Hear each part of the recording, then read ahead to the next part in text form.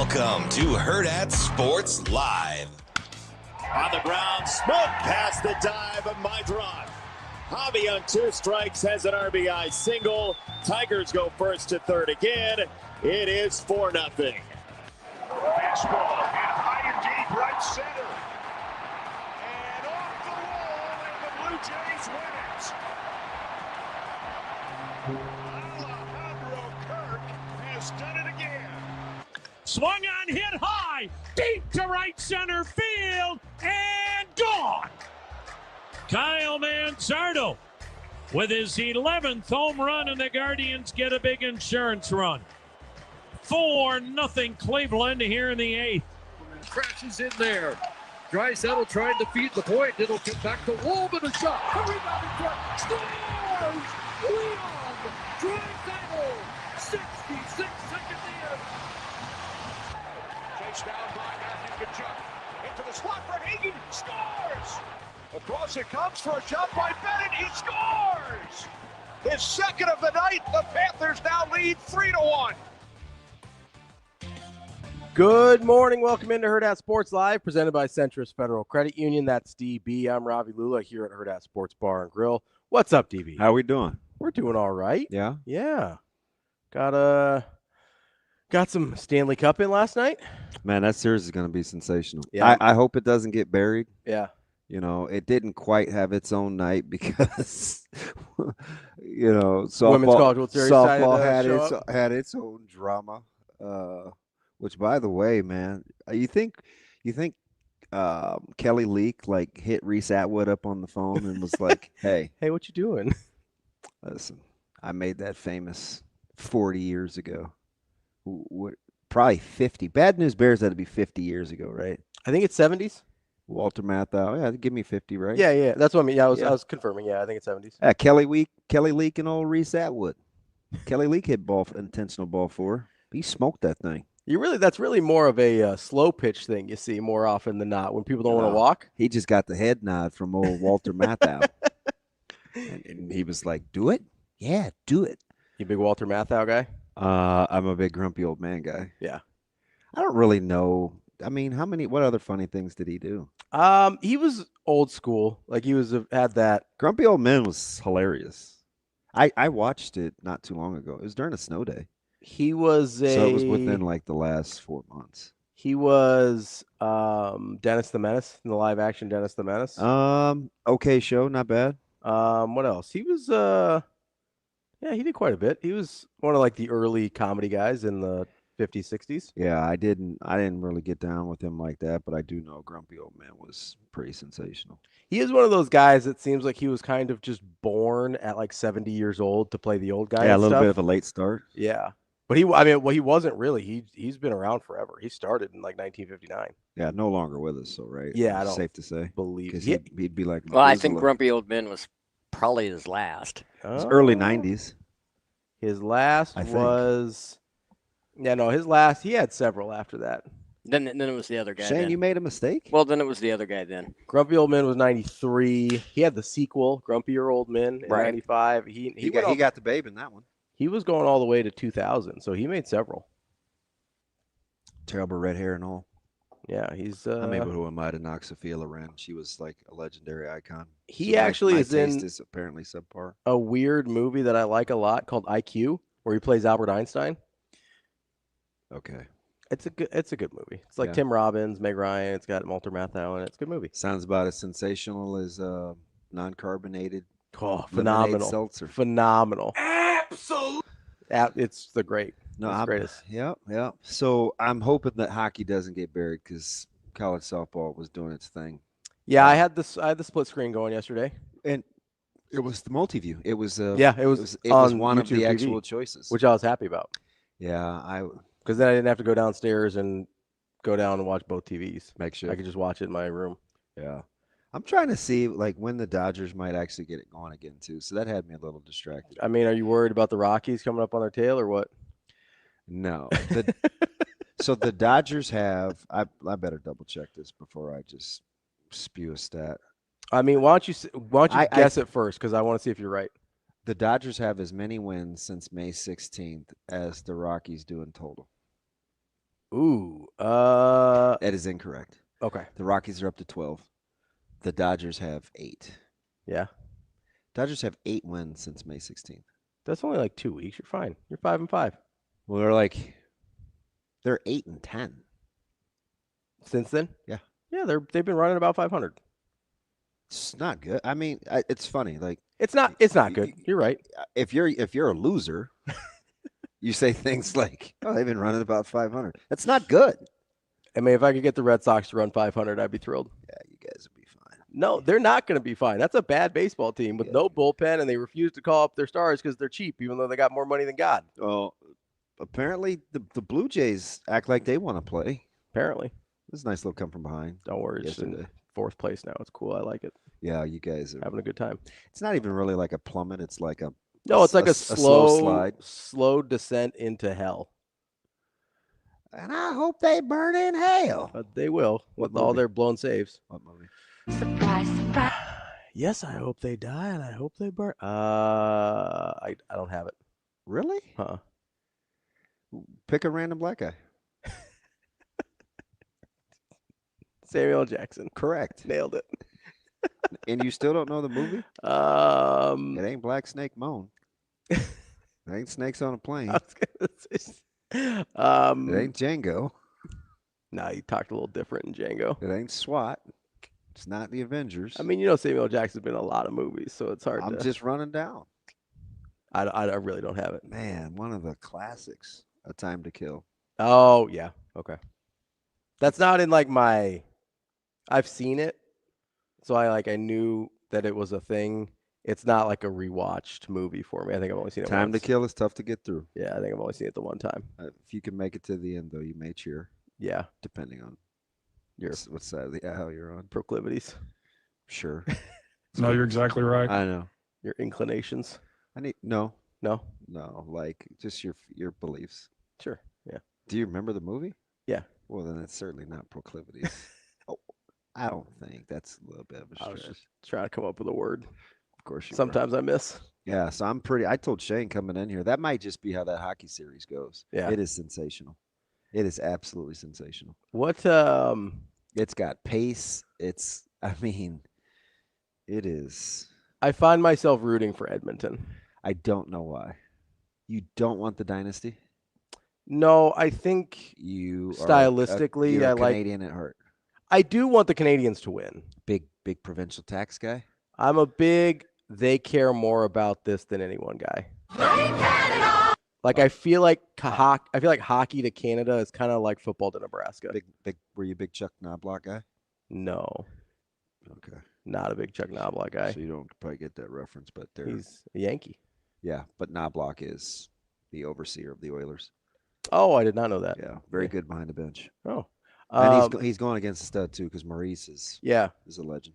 Yeah, the I want Canada to get some hockey wins. Yeah. Because it's been 30 plus years. I don't know how much you look at like hockey faces. Yeah. Does Connor McDavid or Leon Draisaitl look like somebody that would be good at their sport? Oh, I've never really thought about that. Not with hockey specifically. Yeah, it's a bad sport to do that with because a lot of those guys. I mean, look at Marchand. Sometimes you're like, the guy looks like he should be making pizzas. I mean, no offense to Matt Barzal.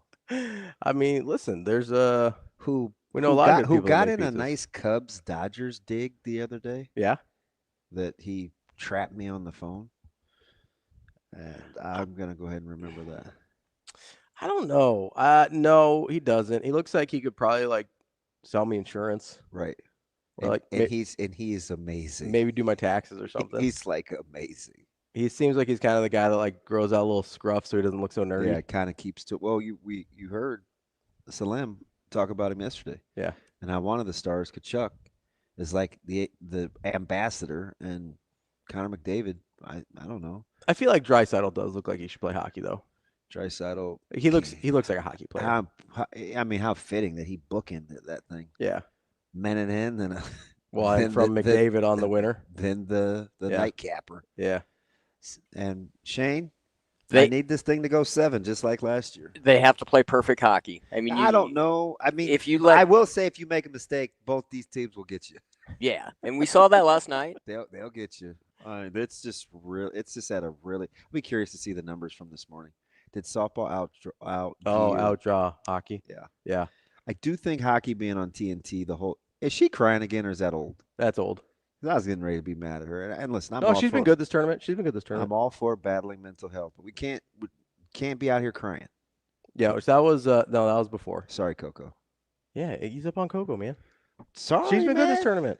She's been locked in. Hasn't been fighting her forehand. I don't know what it is about my people, man, but we just been breaking down and hasn't been appealing to her coach in the box, like, help me. So we remember when we were watching the Australian and she was like freaking out. Do you want me to give you the rundown? Yeah, sorry, go ahead. Yeah, Sloane Stevens. Yeah, Naomi. Yep, Naomi. She's the hardest one. Like that one's been rough. And you've got Coco. Yeah. It's like Coco's by far the most successful of the group, but she does have these moments. I'm like, where it gets a little much for her. What is it about my folks? I don't know. We didn't really have that problem with Venus and Serena, though. Kind of Venus. Venus a little bit, yeah. Yeah, Venus. And maybe it was the fact. I don't know if you watched the Will Smith. Did you watch the real one with Dick or Richard? Oh Williams? no, I haven't.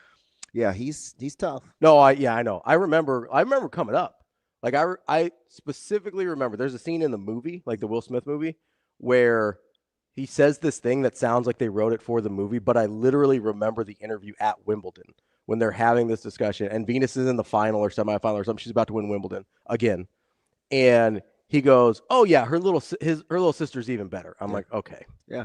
Like that's a real thing that happened on live TV. That seems like it was written for the movie. And I remember I don't know, in my teens at this point. And I'm like, okay, Rich. All right, whatever. Like, but can I just say something in his defense? Yeah. It's hard not to do. Sure. Just yesterday. But when your first one's winning Wimbledon, like, come on, man. No, I know. I'm with you. But just yesterday, Breeze made a play in 7-on-7, and I almost compared him to Caleb. Yeah. Oh yeah, and I caught myself. I can imagine how it's tough. Do you know what I mean? Yeah. Like it's hard. It's because it's like a direct frame of reference. Yeah, it's 1-to-1. Yeah. And especially with Venus and Serena. By the way, we should be playing that, Shane Gunna. Gunna. Of course, can't spell anything right, but we can't spell one of one right because I think it's ONE of WUN.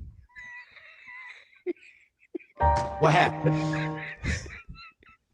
Knock it off. Never mind. One of one. Great song. I will say it might be. It actually may be in our warm-ups if I can get that to slide past the. Probably even past the censors. Yeah. It's an inspirational song. I bet I'm imagining it was even harder for Venus and Serena because you see them playing against each other and with each other. So like there's a direct like I imagine Caleb and Micah while they work out together haven't like played together, right? Because there's too much of a gap there. Yeah. But which was intentional. So I really? Yeah, 4 years. Yeah. I mean, Lord's got to help me out, us out at the time. Yeah. Wouldn't get much help elsewhere, but please, if we could time this thing, because why 4? I didn't want them at school at the same time. Why? Because I immediately thought about high school. Oh, okay. You didn't want them in high school at the same time? No. Okay. I did not. I have siblings, so I have a little trauma. Oh, okay. I both pairs of there was 5 total. Yeah. I clearly lost my brother, but my oldest sister and second oldest sister were at high school at the same time. They didn't appear to enjoy that. Sure. Vastly different people. My brother and my sister that's closest to me were in high school at the same time. I don't think they enjoyed that either. Fair. So that's just a me thing. I will say. No, with Micah, that was about at the tail end. So we're fortunate that he's even here because that was not to go Gunna, but that was truly one of one. Getting one in under the wire there. What are the odds? Let me stop. I had a bad day yesterday too. Listen, man, I'm just transparent. A little Daniel Powder. You had a bad day. Like how? Man. That's oh wait, I'm happy. You're like Drew Brees on target, baby. Fudge. No, I will say, and I don't say nice things about people a lot.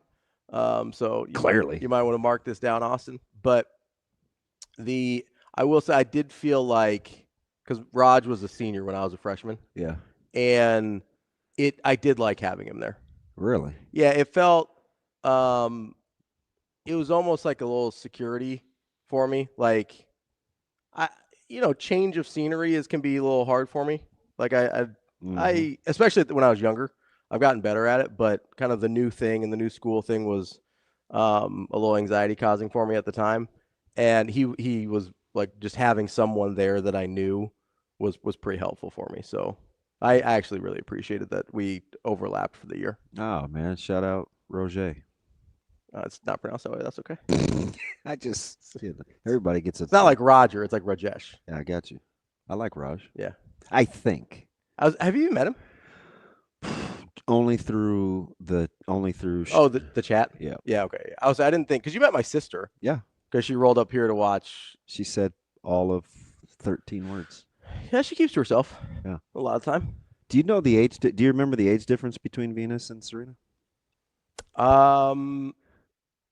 When they went to school, they were in school at the same time. I'll give you that. I thought it was 3. It is 3. Yeah, I thought it was 44 and 41 currently. Yeah. Serena may have a birthday coming up. I used to have a.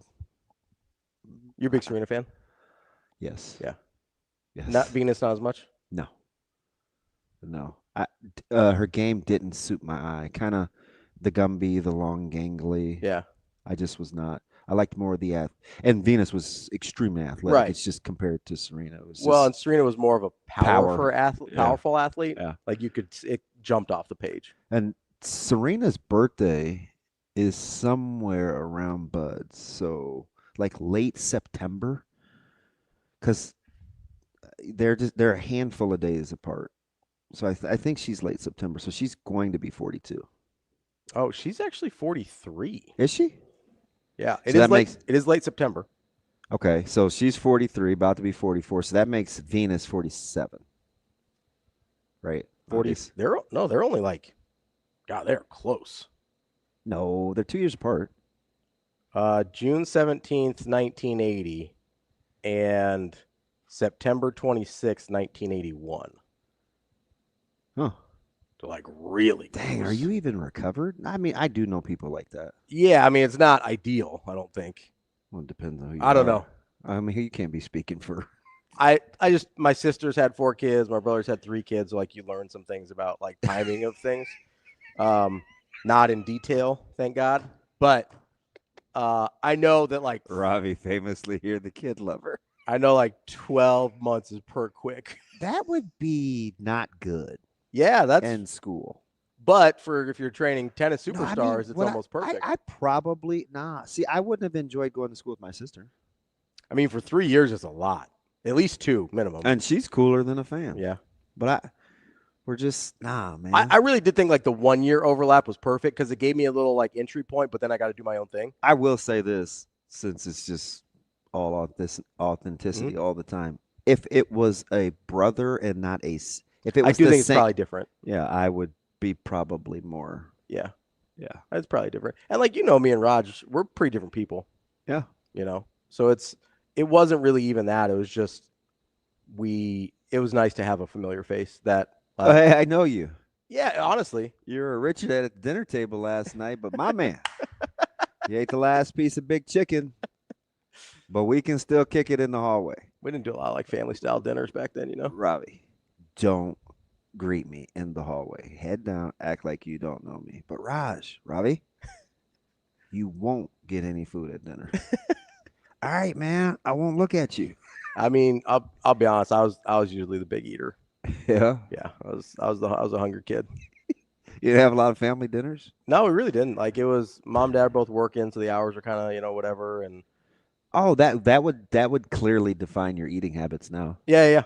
So you eat when you want. You eat what, when, and how you want. Yeah. So like by that time, especially by the time we were in high school, it was just like, we had some stuff around the house that was either like made ahead of time or easy to kind of get going. Yeah. And the hardest thing for me to let go of is family dinner. Yeah. Because that was like We would do Sundays after church. That's what we would do, right? I mean, we ate together. Yeah, we would do Sundays after church, but during the week, like us. Man, you couldn't even be excused from the dinner table unless you were excused. Really? Yeah. Yeah. You had to ask. Yeah, that just really was not growing up really how we operated. Fudge. Well, because early, especially. I wonder where he got that from. Your dad? May I please be excused? I think it's a pretty traditional thing that used to happen. We had to do the same thing. Did you? Yeah. Okay. Like so, I think it's a thing. yeah, because it's not like real time. You know where it came from. Right. It's just what you do. Yeah, I think that was more common than my experience. Although I think it shifted a lot towards my experience. Yeah. Because I clearly talked the least at the dinner table. Yeah. Even today. Yeah. I say the least. Really? Yeah. It just wasn't. It wasn't a place you like talked. My parents talked. Okay, so the adults talked, and then they would say something about either school or something else. Like we didn't jack around a ton at the table. Yeah. So it was like their opportunity to ask you about your day and stuff. Yeah. But then you just like, hey, speak when spoken to. Pretty much. Okay. Like it wasn't. Yeah. You know, and as I got a little older, like we had like this L-shaped island that we ate, and we kind of ate in order. Oh, okay. So Vicky was closest to my parents, then Tracy. We kind of ate that way. So Kim and I were kind of down in the corner where you couldn't really see. Yeah. So, you know, we'd play slap and tickle and throw food on the floor, and we would trade like on our plates and stuff. Like, I want this. You want some of this? I'll take some of that. Yeah, she does. She's not a huge fan of protein, and I've always hated vegetables. Like, so we could do those things. You know, she'd eat my spaghetti, and I'd eat her hot dog. You ever do like a 3-teamer? Like... Yeah. So I still don't talk much at the table. Yeah, that's so I think part of it was my parents' schedule. Like when I was young, my dad and his brother ran a computer store, and so they ran like retail hours. So that was part of it, is he worked late a lot. And then the other part is, so my dad's the computer jokes are so played out, but every time you reference it, internally I laugh. Like there was about 7 chuckles right there. Like I'm gonna keep it pushing. The stereotype came from somewhere. I mean, like I get it. So did the big piece of chicken. Just saying. So my dad's vegetarian because he's Hindu, right? Interesting. My sister at some point during our childhood decided she was vegetarian for a while. She's not anymore, but she kind of ran with it for a while. And then I got diagnosed with diabetes when I was 7 and had to have special meals for a while before I got my pump a few years later. Yeah. So it kind of made cooking for everyone all at once sort of a like non-starter. So it's kind of like, hey, we all got to figure this out on our own, because it was like you'd be cooking 3 different meals for the whole family. And you know? See, we just couldn't get down like that. Yeah. And like what we ate is what we ate. And you usually had to clean your plate. So, and I remember, and I kind of got off of this because my thing was I would just cook what people liked. Okay. Because I didn't know if your boy was like hiding Brussels sprouts in his napkin. Or, you know, we had the island kitchen table had like these ridges. Ask my mom sometime about what she's found in there. You like hide stuff up under there? Man, listen. Hey, the real trick, I got this from my sister. Yeah. It was to put in your mouth what you didn't like and then ask permission to use the restroom. And so spit it out. Yep. Well, So you just squirreled that stuff in your Listen, cheeks. Your boy could take some cabbage and squirrel pack that thing like I would dip. It's like chipmunk it. Maybe excuse the restroom, please. Or you ask and then you do it. You know, because sometimes one more bite. Because my dad was around the corner. Yeah. So he's got to look down to see me. Yeah. And my mom was cool, right? She didn't really want me to get tore down that bad. So I think she probably knew. I think somebody had to know, right? Hey, but the napkin thing was like my go-to. Yeah, just wiping the face. Yep. Yeah. Yeah, we ate a lot of bad food. A lot of bad food. I mean, hot dogs and boiled potatoes, like liver and onions. Yeah. We had fish every Friday. I cannot stand catfish. Yeah. My minority friends, Mhm. I get crucified for not liking catfish. Yes. I I'm like, don't like catfish either. and it took me a while to get back into eating fish. Like at all. Because it wasn't every Friday, but like once every 2 weeks, we would go down to Joe Tess and get the fish. Mm. And there was water on the floor. I can smell it to this day. Yeah. I can smell it to this day. And for some reason, we ate bullheads and carp. And it's like, now that I know, I'm like, To this day. what were we doing? That's a terrible fish. So, and it's a good thing my barber's bougie. Yeah. Because I'll talk to him about different types of fish that I like. Like, I'll say halibut cheeks or, cod or walleye or whatever. Not even bougie fish, just good fish. And I can only a couple of those he'll even ride with. Really? Yeah. Yeah. I mean, because he's old school, right? I like seafood more than I like fish. I love seafood. Right. I don't have there's not one person in my house other than Breeze that will eat it with me. And even he's kind of out on. No, not us. Listen, man. Like I'll do shrimp, I'll do scallops. Don't get me started. I'll do all that kind of stuff. I almost burned my own house down the other day. I was so mad over how to do this jambalaya. Nobody wanted the shrimp in there. Oh, come on. Nobody likes shrimp in your house? Listen, some genius suggested sautéing it at the end and putting it on top. It's not going to take like the jump. It's not going to taste right. What are we doing? You guys. What are we doing? What are we doing? Kobe said eating carp is crazy. Kobe, have you ever been poor? I think we ate carp was kind of big. Really? Like size-wise. Oh, okay, yeah. But I'm just telling you, we would go to that mart, and I mean, he said, I thought everyone liked catfish. Oh, no, I don't like catfish at all. I can't stand that stuff's nasty. Like, I'm telling you, even the fillets. No, I don't like any. Because I'm not a bone guy. No. Absolutely not. Which is weirdly why I love Chopped when they get fish and they have to get the bones out. Like dress it? Like the pin bones? Yeah. I'm like, ooh, good for you. I hate catfish. Yeah, catfish is terrible. But I mean, Robbie, if I like those there are a couple of takes where I'm guaranteed to get ganged up on when I'm getting my haircut.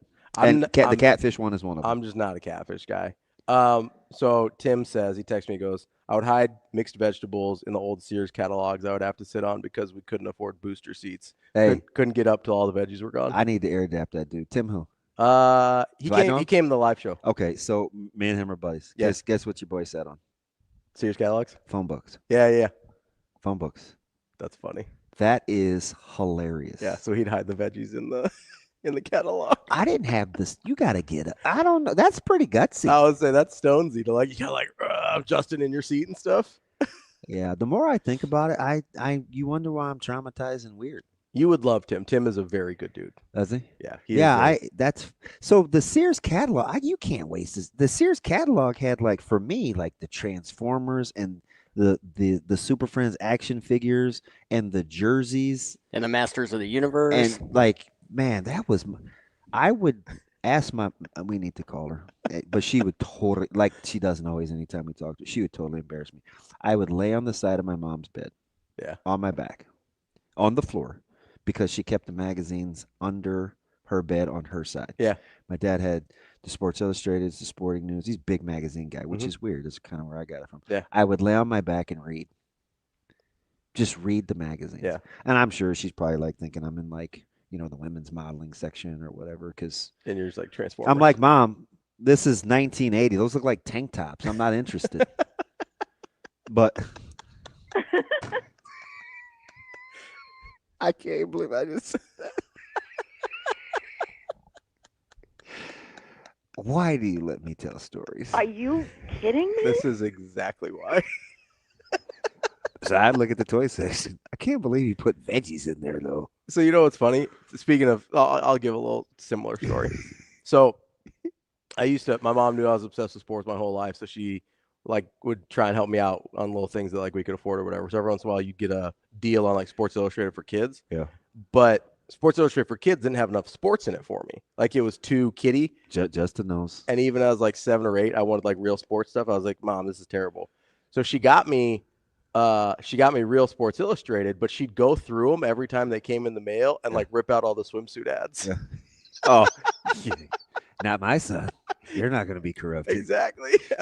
It's like foosball. It's the devil. And I didn't even care. I was like, I got the good Sports Illustrated. I don't even care. Hey, Shane, but that was the deal. And she told me, she's like, I'll get you the real one, but we're not rocking with. You'll never see the swimsuit issue. And she's fairly pious, right? Yeah, she is. She's very religious. Yeah. But like, she's like, you'll never see the swimsuit issue, and I'm tearing out any ads. Listen, Mom, I'll stay right here. You can watch me. I'm going straight to the toys. Yeah, I was like, I literally just like. We had that. We had Montgomery Ward. We had Sears. We had JCPenney. I'm in all of them. Yeah. But Shane is right. He said that's funny, coming from a guy that's been on Diners. Oh yeah, Diners, Evans, and Dives. Yeah. Yeah. I am a total food snob. There's zero question about it. Oh yeah, absolutely. Like I'm pulling the little soft spots out of scallop. I'm a total snob, but it's because of the way I was raised. Travis says Mama Lulla's a real one. She is. Listen, Hey. we had a little. She's told me what the deal was. She's like, you can have the real Sports Illustrated, but I'm tearing out the stuff I don't like. So fair. I'm good. I mean, I guess I got into that, but I don't really remember that being a thing. The Sports Illustrated deal. Yeah. It never was for me because it was just like I was like, nah, I don't. Like, I mean, I'm sure I was like a regular teen high schooler, but like Sports Illustrated wasn't like my thing though. For like the swimsuit, it was just like I just want the sports. I'm gonna be honest. Yeah. That wasn't the first magazine that I loved. Really? Yeah. My dad was a big sporting news guy. Yeah. So the sporting news was kind of my baby. I like sporting news. We used to think Sports Illustrated was like for the commercial sports. That's not the word I was using then, but it was for like, it didn't get in the weeds enough. I will say sporting news was more like journalistic. I thought that's way above my pay grade. It was more like to see what I gravitated towards. Yeah. But like Sports Illustrated was more pictures. Like yeah, man, maybe that was sporting it. news was you know more what I use? You know informative. what I use Sports Illustrated for? What's that? My collages in school, because it seemed Oh like yeah, they had good pictures. during when I was going to school, the only art projects we did were collages. Yeah. So you're like cutting out the cut out pictures, some pictures, like using the glue stick to put them on the thing. Yeah, man. Yeah. Shane, that's funny. That's exactly. I eat exactly what I want to. You know, it was a game And changer. there's so many things I won't touch now because of I don't go. The only time I go near boiled potatoes is if I'm gonna mash them. Yeah. I don't do the tomato sauce. It was drizzled over hot dogs and potatoes. I'm not doing that. Yeah, that sounds gross. The homemade pizza out of the skillet with the thick crust. That's one of the reasons I don't like pizza. Oh, my mom would make those. Yeah, horrible. I didn't think they were terrible, but and they could eat it for like 3 days because they were these big squares, and she'd make the dough. Yeah. There were green peppers and onions. It made me nauseous. Yeah. So do you know what I do now? What's that? I blend green peppers and onions. If I need the it's childish. It's childish. Don't care. All these recipes I make. You need the Trinity. That's fine. We're gonna blend it up. I'm not gonna be able to chew it. Saute it. I got a little hand bullet. Yeah. I dump it right back in. I'm dead dog serious. You know what's funny is when Natasha makes something for my mom, because my mom doesn't like. She likes the flavor of onions. She doesn't want to bite one. Yeah. She'll do the same thing. She'll put them in a blender, blend it all up. I'm zero texture. I'm a 50-year-old puree kid. Hey, you gotta do it. Honestly, do you know I cut my onion up all at once? You know what you could say too? All at once. It's in a Tupperware container. Like you buy them and then cut them up. I buy all at the once? whole onion. Oh, okay. I'm not a guy that's gonna when something calls for an onion that I'm gonna cut it up every time. I get the onion and I cut the whole thing at one time. Yeah. And I just go back in and get it. That makes sense. Only downside is for space in the drawers. You got to see it. You'd be the least surprised person ever. It's like super OCD organized. Yes, it is stacked by order of how flat it is, and then the frequency of the usage. That makes sense. So, because in my house, apparently, if you can't see it, we don't have it, so we go out and buy it. So you have to make sure everything is visible. My pantry, it has more depth than we use because anything behind something will never be seen in our house. Doesn't exist. Guaranteed. Out of sight, out of mind. Never be seen. We have 74 packs of beef sticks. It's like, stop buying beef sticks. We have more. And the last couple times I've been getting them from like actual butchers. Yeah. Leave the store-bought stuff alone. This stuff right here is legit. Yeah. Stop doing that. Also, the store-bought stuff's going to last a long time because they got all this stuff in it, you know? Man, listen. You know, I'll take it. You know what I'm saying? I don't even know how we got. Did I used to use a glue stick? No, but I did used to eat glue. Maybe that'll explain some things. We didn't have glue sticks. You know what that we wasn't had? a thing then? No, we had the thing that you squeezed and it looked like it came out of the tip of a paintbrush. It was liquid. Oh. So you know how the pencils you could buy an eraser and put on a pencil? That looked like the tip of the glue, and we'd squeeze it, and you could just do the lines. We didn't have a glue stick. Oh, really? Yeah. I didn't know glue sticks were like a more recent invention, or at least they weren't as common. Well, and then, I was going to school when they had the green scissors for left-handers. and then we had those. Oh, really? Yeah, we had lefty scissors. Dang, I thought by then everybody was all PC, and everybody had to have the same scissors. No, we had lefty scissors for sure. I remember them. So with the little curve thing? Yeah. Yeah, that was weird. and then you were high class if you had whiteout. Yeah, whiteout was new. Your boy didn't get whiteout until probably freshman, sophomore year. Really? Yeah. We just used pencils. Like we And didn't. remember the tape? We didn't Like do- it was Yeah, the really whiteout cool when tape. you could get the tape thing. I do remember that because it was so hard to write over the whiteout. Yeah. But then the tape thing was Looked like drawing on sandpaper. Yeah. I'm like, I know you can see I made a mistake. Yeah, I'm not Yeah, we fooling had to be anybody. pretty special. Right? Ain't that special? Oh man, so Travis back to- says no. The lefty should be shamed for their wrongness. I think that was a thing, wasn't it? No, lefty scissors were a thing. No, like there was this thing that went this stigma that went for whatever the reason my dad didn't want me to be left-handed. I know a long time ago. And he's left-handed. I don't know how long ago, but like back in the day, people did think left-handedness was like from the devil. Like I'm talking like a few hundred years ago. So I don't know if that's just a stigma that sort of left, like sort of hung around. An old wise tale. Kinda, yeah. Yeah. Or maybe it is from the devil. I don't know. I haven't talked to him about it. And we got this from Connor McDavid. How? That's a good question.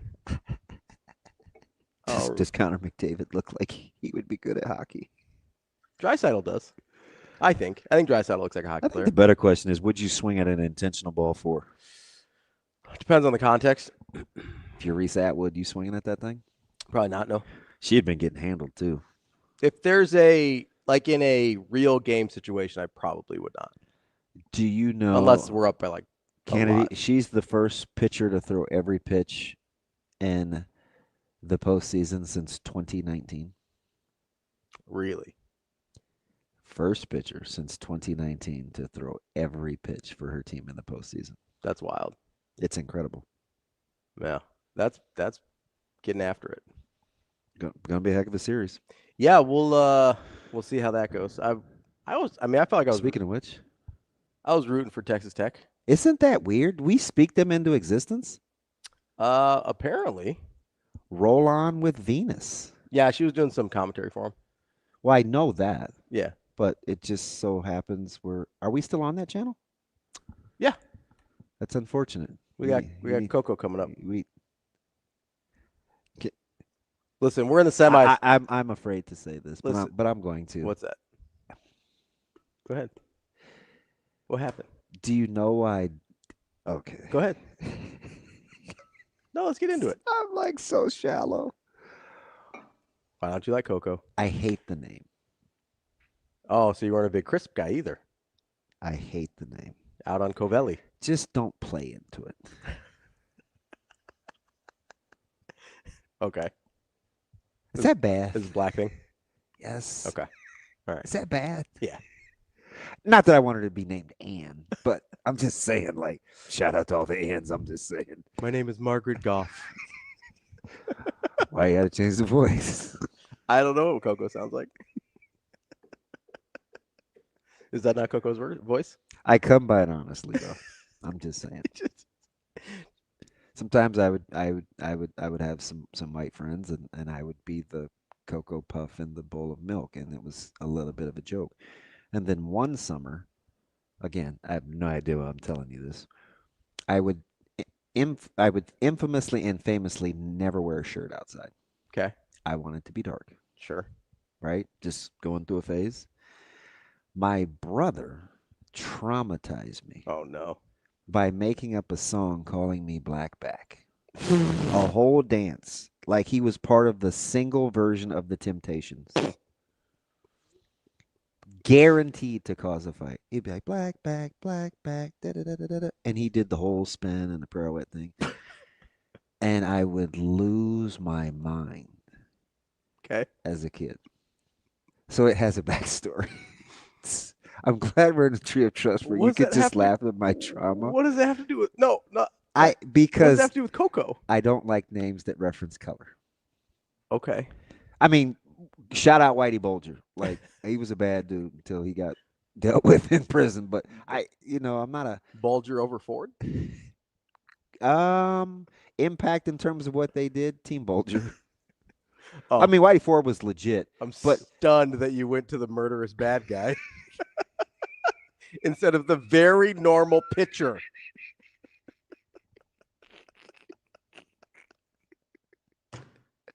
I hate how you make it sound.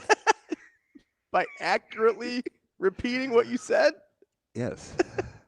So, does it bother you that Coco's not her real name and she chooses to go by that nickname? Yeah. Because her name is Corey Dion. Yeah. So if it was Corey Goff, you'd be cool? I'm not. Listen, who am I to judge? I'm telling you what bothers me. I'm not putting that on you. Admittedly, I am coming out of the back end of some trauma. So what would be the Indian equivalent? Red. Other Indian. Oh. Bro. Good Lord.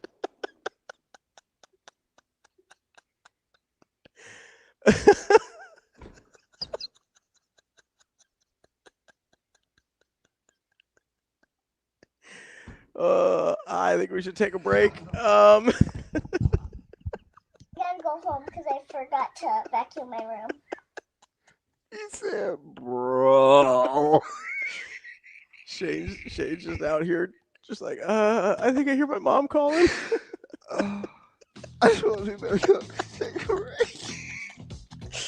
All right, we're gonna take a break here. Bruh. Coming up on the show at 8 o'clock. So after this next segment here, we're going to qualify listeners. I'm just going to keep pushing. We're going to qualify listeners to be two of our draftees tomorrow in our college football quarterback draft. We got a message from Sasha. So 8 o'clock, be listening. 888-638-4876. 888-638-4876. We will ask you trivia questions about us and the show. The first two people to get those questions right will be our drafters tomorrow morning. So if you aren't available tomorrow morning, I'm sorry, that's going to be a problem. So make sure, call in at 8 today. You'll be able to draft at 8 tomorrow. I'm going to take a break here. And I wanted to push the draft back. Oh, why?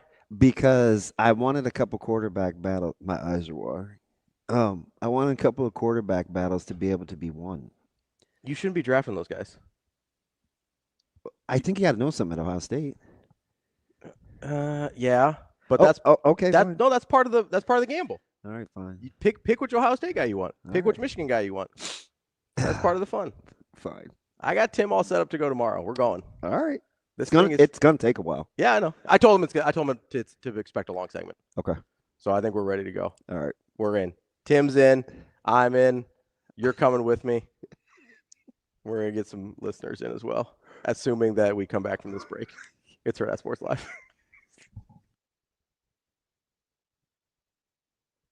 All right, here with Isaac Jensen. Isaac, run down on your recruitment here. One, you took an official visit to Iowa State. Let's start there. How'd that go, and what did you like the most about your visit there? It was great. My family loved it. I loved it. And the thing I liked the most is just spending time with the tight ends and seeing what it's like a weekend in their shoes and seeing if I'll fit in, and that's the way I felt. A lot of Iowa State, I guess, attention to Nebraska this year. Does that kind of weigh in a little bit on your decision? I mean, teammates going to Iowa State. I mean, obviously it'd be pretty cool to play with Jet and AJ and live with them, but I'm just going to do what's best for me, and if it is, then it is, but if it's not, then I'm not going to put myself in a position to not succeed. Okay, next up for you as far as official visits are concerned, if I'm right, I think Missouri's next, right? Yep. So what do you like about Missouri? What are you looking forward to there? Just the relationships with the coaches and the way they do stuff with their program, their culture is just, I feel like I fit in, and I got that feeling when I visited multiple times. So that's just, I'm looking to see what I saw at Iowa State.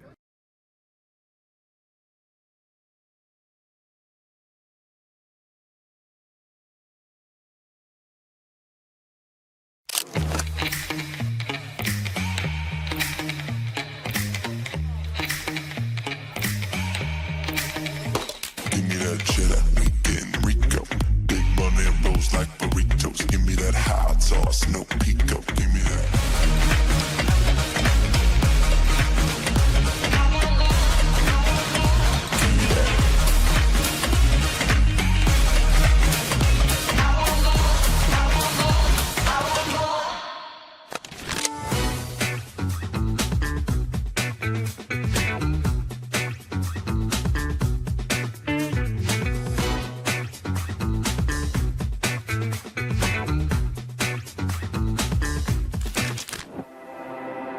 A successful financial future is built one coin at a time. Whether you're just starting out or a seasoned saver, we've got the financial resources and team of experts who will be with you every step of the way. Centris Federal Credit Union. We are where you are.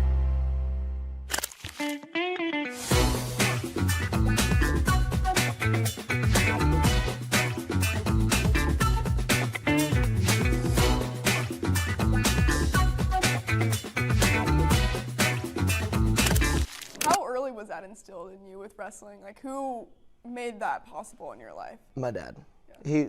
He was coaching before I was even born, and then once I was, in the practice room walking around and stuff, I was like, yeah, like I want to do this. I see all the kids running around, so I would run around with them in the circle. I would do the warm-ups, and then he'd be like, all right, go sit on the side, and I'd just be like walking around, getting in the way. So then they started bringing a teddy bear, and it was like, yeah, it's like I can do this. This is good stuff. So when did you realize this is what I want to do for my career? Probably for my career, that didn't come until like later in high school when I was like, yeah, I can really do this. But I knew that all I wanted to do was wrestle when I was in probably like third grade. Mm-hmm. Third grade was when I started winning a bunch, and I was like, oh yeah, this is good stuff. This is fun.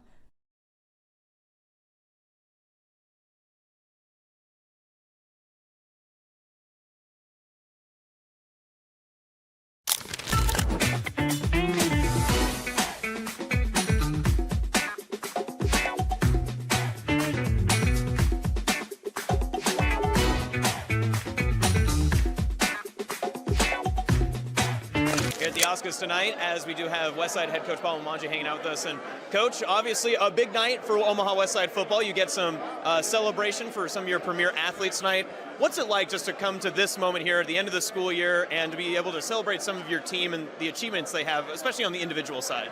Yeah, we've been lucky enough the last couple years to be here, and it's a great honor. It says a lot about our school and especially our players. So being here and representing Christian and Xavier Watts and Westside High School is something to be very proud of. We're excited to be here, and we think it's going to be a great night.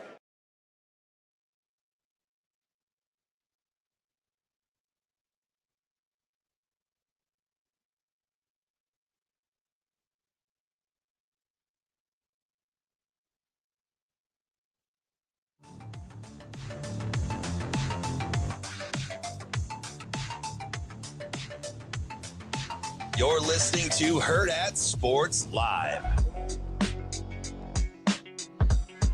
Welcome back, Hurrdat Sports Live. That's DB. It's good old Red Lulla over here at Hurrdat Sports Bar and Grill. Reminding you, if you're on the road this morning, don't get distracted by our nonsense. Bro. Make sure you got your eyes focused and straight ahead. You got one job as a driver, that's to drive. This message from the NDOT Highway Safety Office. I mean, what do I say? We out here, right? I mean, to know me is to love me. I'm funny. I'm just funny like that. My bad. Say what you got to say. TK, wow, you guys made it back. Dude, how about the skull Sasha sent me? Just the 3 crying emojis, skull. Occasionally, I'm pretty transparent. No, that's what we like. We like it. You know, just don't let me tell stories. No, that's one of my favorite parts of the show. It's fine. I think it's other people's favorite part of the show too. We just move on. We like the storytelling. I can't believe other people sit on magazines and phone books, though. I don't feel so bad. Oh, yeah. That's the only reason I teased you about needing something to drive on, Shane.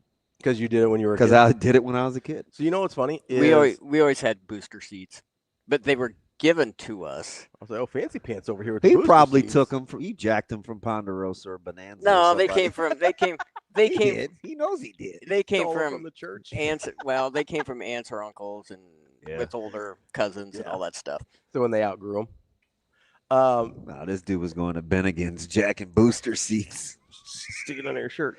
Hey, where'd you get the plastic curb ones? I didn't know they sold those. I did have a plastic curb one. It was yellow. Well, you didn't get that from old aunts and uncles. That came from somebody's restaurant. I don't know, but I had it forever. Do you know one of my grocery stores had 65 plastic baskets stolen? Really? Yes. Why? Because people steal. No, but like, what are you going to use 65? Apparently, they would like fake that they needed something and walk out with the groceries. Oh. Yeah, there was like 2 months where you couldn't get a basket in this place. Well, Walmart had to put the alarms in them. Really? Yeah.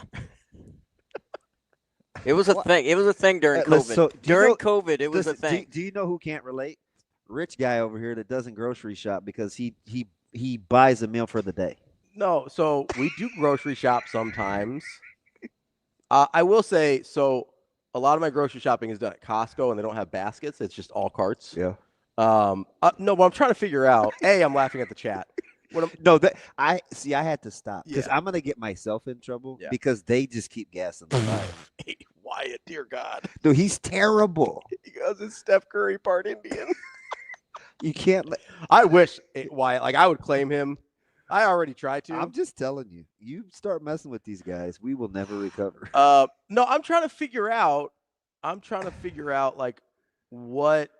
Hey, Joe asked he asked a good question. We are still working on the app. Yeah, that's a good question. We are still working on the app. Because he drives. Yeah, I know, and we are trying to help the people out in the car, Joe. I promise. We really are. Well, where are you going, man? OKC again? No, Tulsa. He's a Tulsa guy. Oh, is he? No, he's got a new project going. In Oklahoma. Nice. Yeah, Joe, I promise we're trying to help you out here. We had some hiccups, but we're working on it. Why is he the only one you're like actually sincere with? Because I very badly want to get a live option for people in their car. Got you. Like that's a thing that I'm serious about trying to get done. Travis goes, we don't tune into the show because y'all are normal and sane. We're here for the unhinged. Fair enough, Travis. I feel like I do know our audience in that way. Oh man. Back in Stevens goes back. Is he being honest? Back in 1968, my dad made booster seat and had to install lap belts. Were you falling out of that thing? Wow. Jared's got a great Costco t-shirt. All carts, no baskets. Dude, I'm telling you, dude is low-key funny. Like dude is funny. Oh, Kenny brings up another good whitey, Herzog. I hated St. Louis during that stretch. Fair. Because they were ruining the Dodgers postseason. Fair. I was like torn over whether I should still try to mimic Ozzie Smith. Oh yeah, you do love Ozzie Smith. Yeah.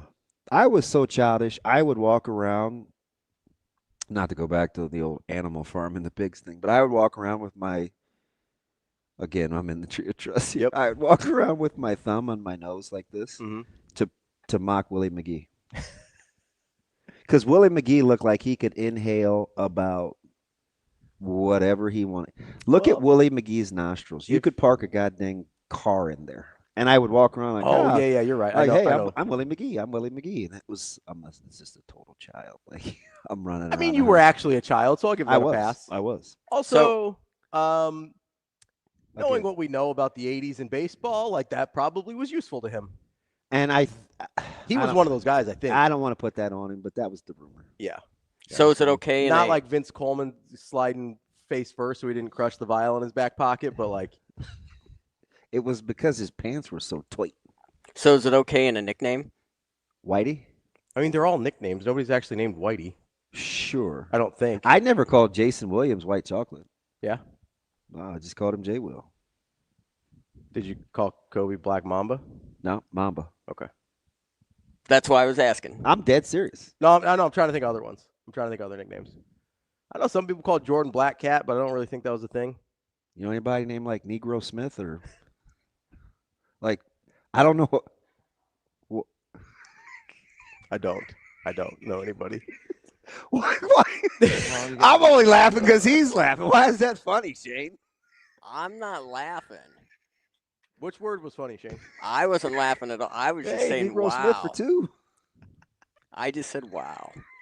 Wow. Wow. Layup or Wow. a jumper. Wow. Hey, Cocky Henderson. Like Caucasian? Nobody's doing that. Oh, except Asian White, apparently. Anyway, it's fine. Jiminy Christmas. I'm imagining somebody that played in the Negro Leagues using that as a nickname. Yeah. And I don't know that person exists, but it seems like a 1930s baseball player. No, hey, good pull, Caden. No, Jimmy Black was just Jimmy Black. That was his name. Yeah, like that's his government. It's not. They're not going out of their way to nickname it. No, Jimmy Black was a stud. So like the Coco kind of falls. That's a great pull. In between though. I'm not mad at Coco. I'm just telling you. You seem a little why mad at Coco.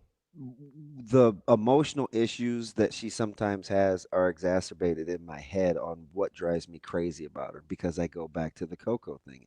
And I admitted it's a little petty, but I am trauma. If I called my sister right now, she'd probably answer. She occasionally listens. She could do the dance. She knows the lyrics, the tune. Like when they would team up on me, they would do it together. Yeah. It was like 2 of the 4 Temptations. I'm dead serious. Who are you? Don't be. Who are you encouraged by? Wyatt. Dude, I'm telling you. You don't understand. When I tell you, you cannot pay attention to Asian Wyatt, you can't. He's naughty. Look at the thing on the screen right now. Look at the comment on the screen right now.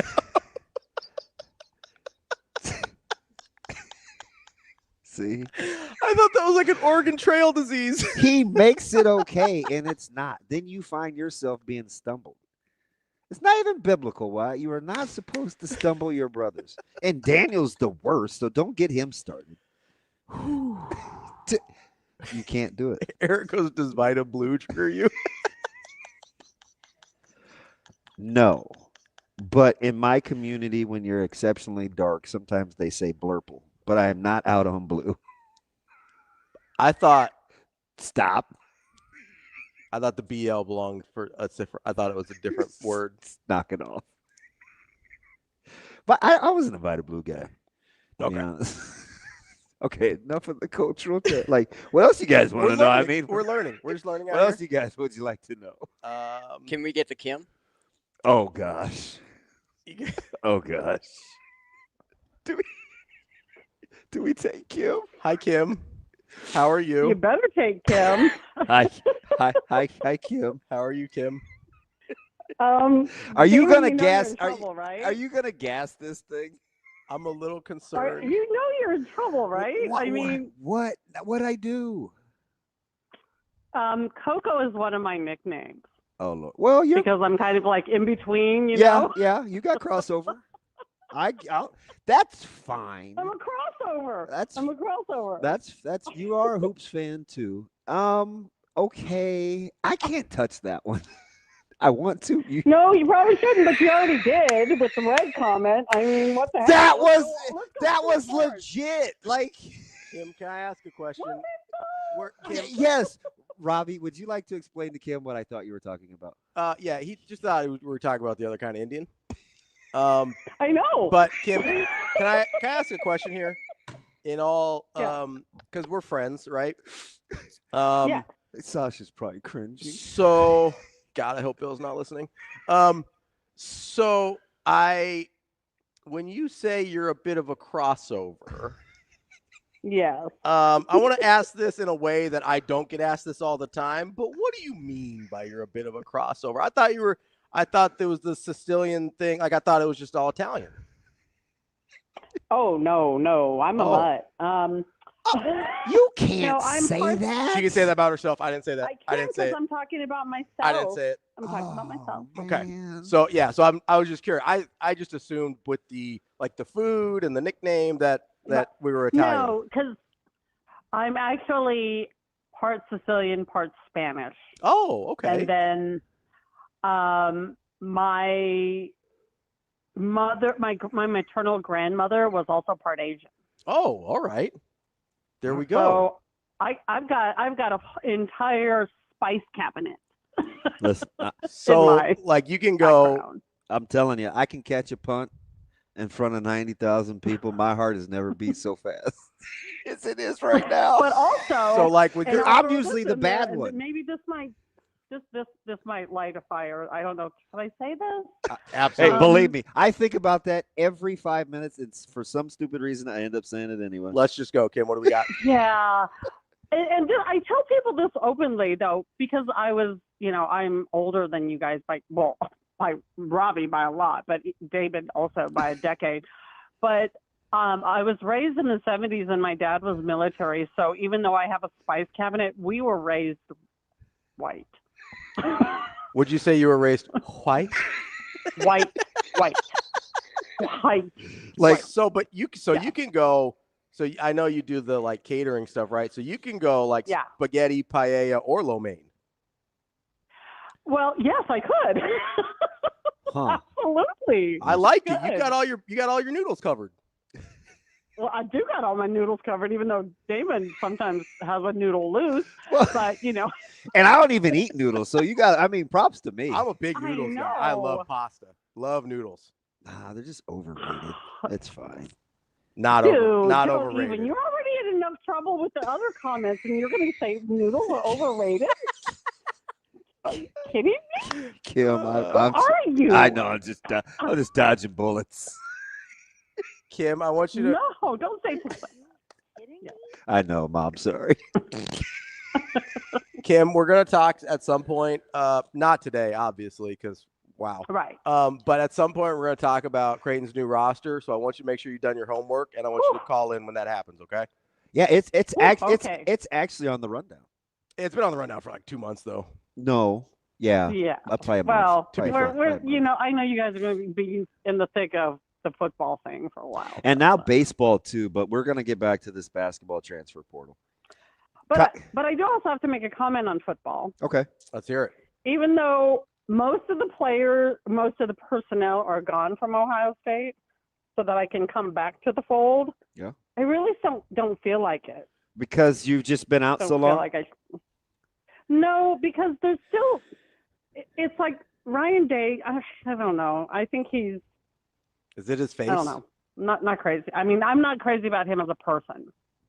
Oh, okay. Gotcha. Not even a coach. I got you. As a person. He seems kind of – can I say this word? He seems a little douchey. It's fair game. It's fair game. This whole non-radio thing plays like a gym. I appreciate you, Kim. Thank you, Kim. Hey, bye, guys. I'm just trying to. Daniel goes, raised white? Like they had a hot tub or? Hey, my man Bobby. I'm a little late to the show, and the first thing I hear is Negro Smith. It needs context, BC. Travis says lacking melanin, not an excuse for lacking spices. I agree. Dude, that's reverse racism at its finest. I know lots of people that look like that can cook. Kyle says we need a diversity day. Have you seen us, Kyle? Every day is diversity day. Stickers? I think that might get us into more trouble. Coming up next, give us a call, 888-638-4876. Starting now, we will qualify a couple listeners to be in our draft, but you got to answer some trivia questions about us. We'll see how many of you guys actually listen live and versus just being in the chat and causing trouble for all of us. We'll be back. More Hurrdat Sports Live. All right, here with Isaac Jensen. Isaac, run down on your recruitment here. One, you took an official visit to Iowa State. Let's start there. How'd that go, and what did you like the most about your visit there? It was great. My family loved it. I loved it. And the thing I like the most is just spending time with the tight ends and seeing what it's like a weekend in their shoes and seeing if I'll fit in, and that's the way I felt. A lot of Iowa State, I guess, attention to Nebraska this year. Does that kind of weigh in a little bit on your decision? I mean, teammates going to Iowa State. I mean, obviously it'd be pretty cool to play with Jet and AJ and live with them, but I'm just going to do what's best for me, and if it is, then it is, but if it's not, then I'm not going to put myself in a position to not succeed. Okay, next up for you as far as official visits are concerned, if I'm right, I think Missouri's next, right? Yep. So what do you like about Missouri? What are you looking forward to there? Just the relationships with the coaches and the way they do stuff with their program, their culture is just, I feel like I fit in, and I got that feeling when I visited multiple times. So that's just, I'm looking to see what I saw at Iowa State.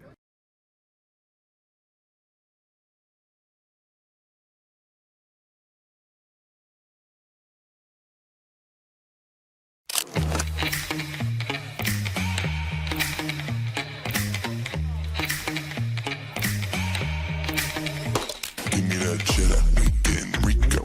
Big money rolls like burritos. Give me that hot sauce, no pico. Give me that.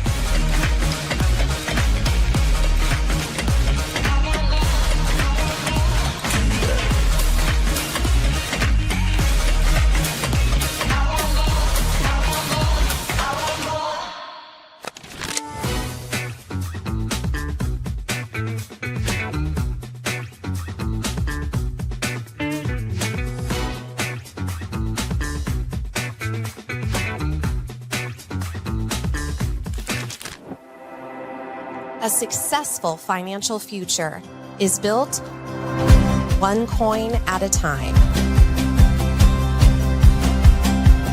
Whether you're just starting out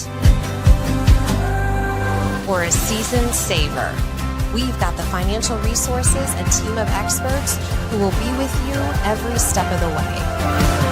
Centris Federal Credit Union. We are where you are.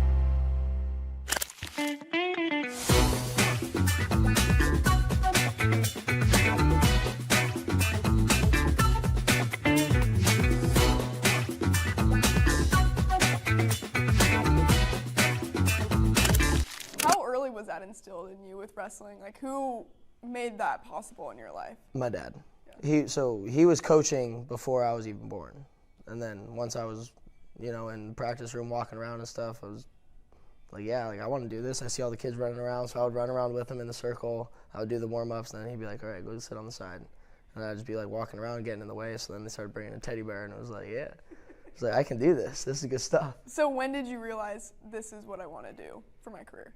Probably for my career, that didn't come until like later in high school when I was like, yeah, I can really do this. But I knew that all I wanted to do was wrestle when I was in probably like third grade. Mm-hmm. Third grade was when I started winning a bunch, and I was like, oh yeah, this is good stuff. This is fun.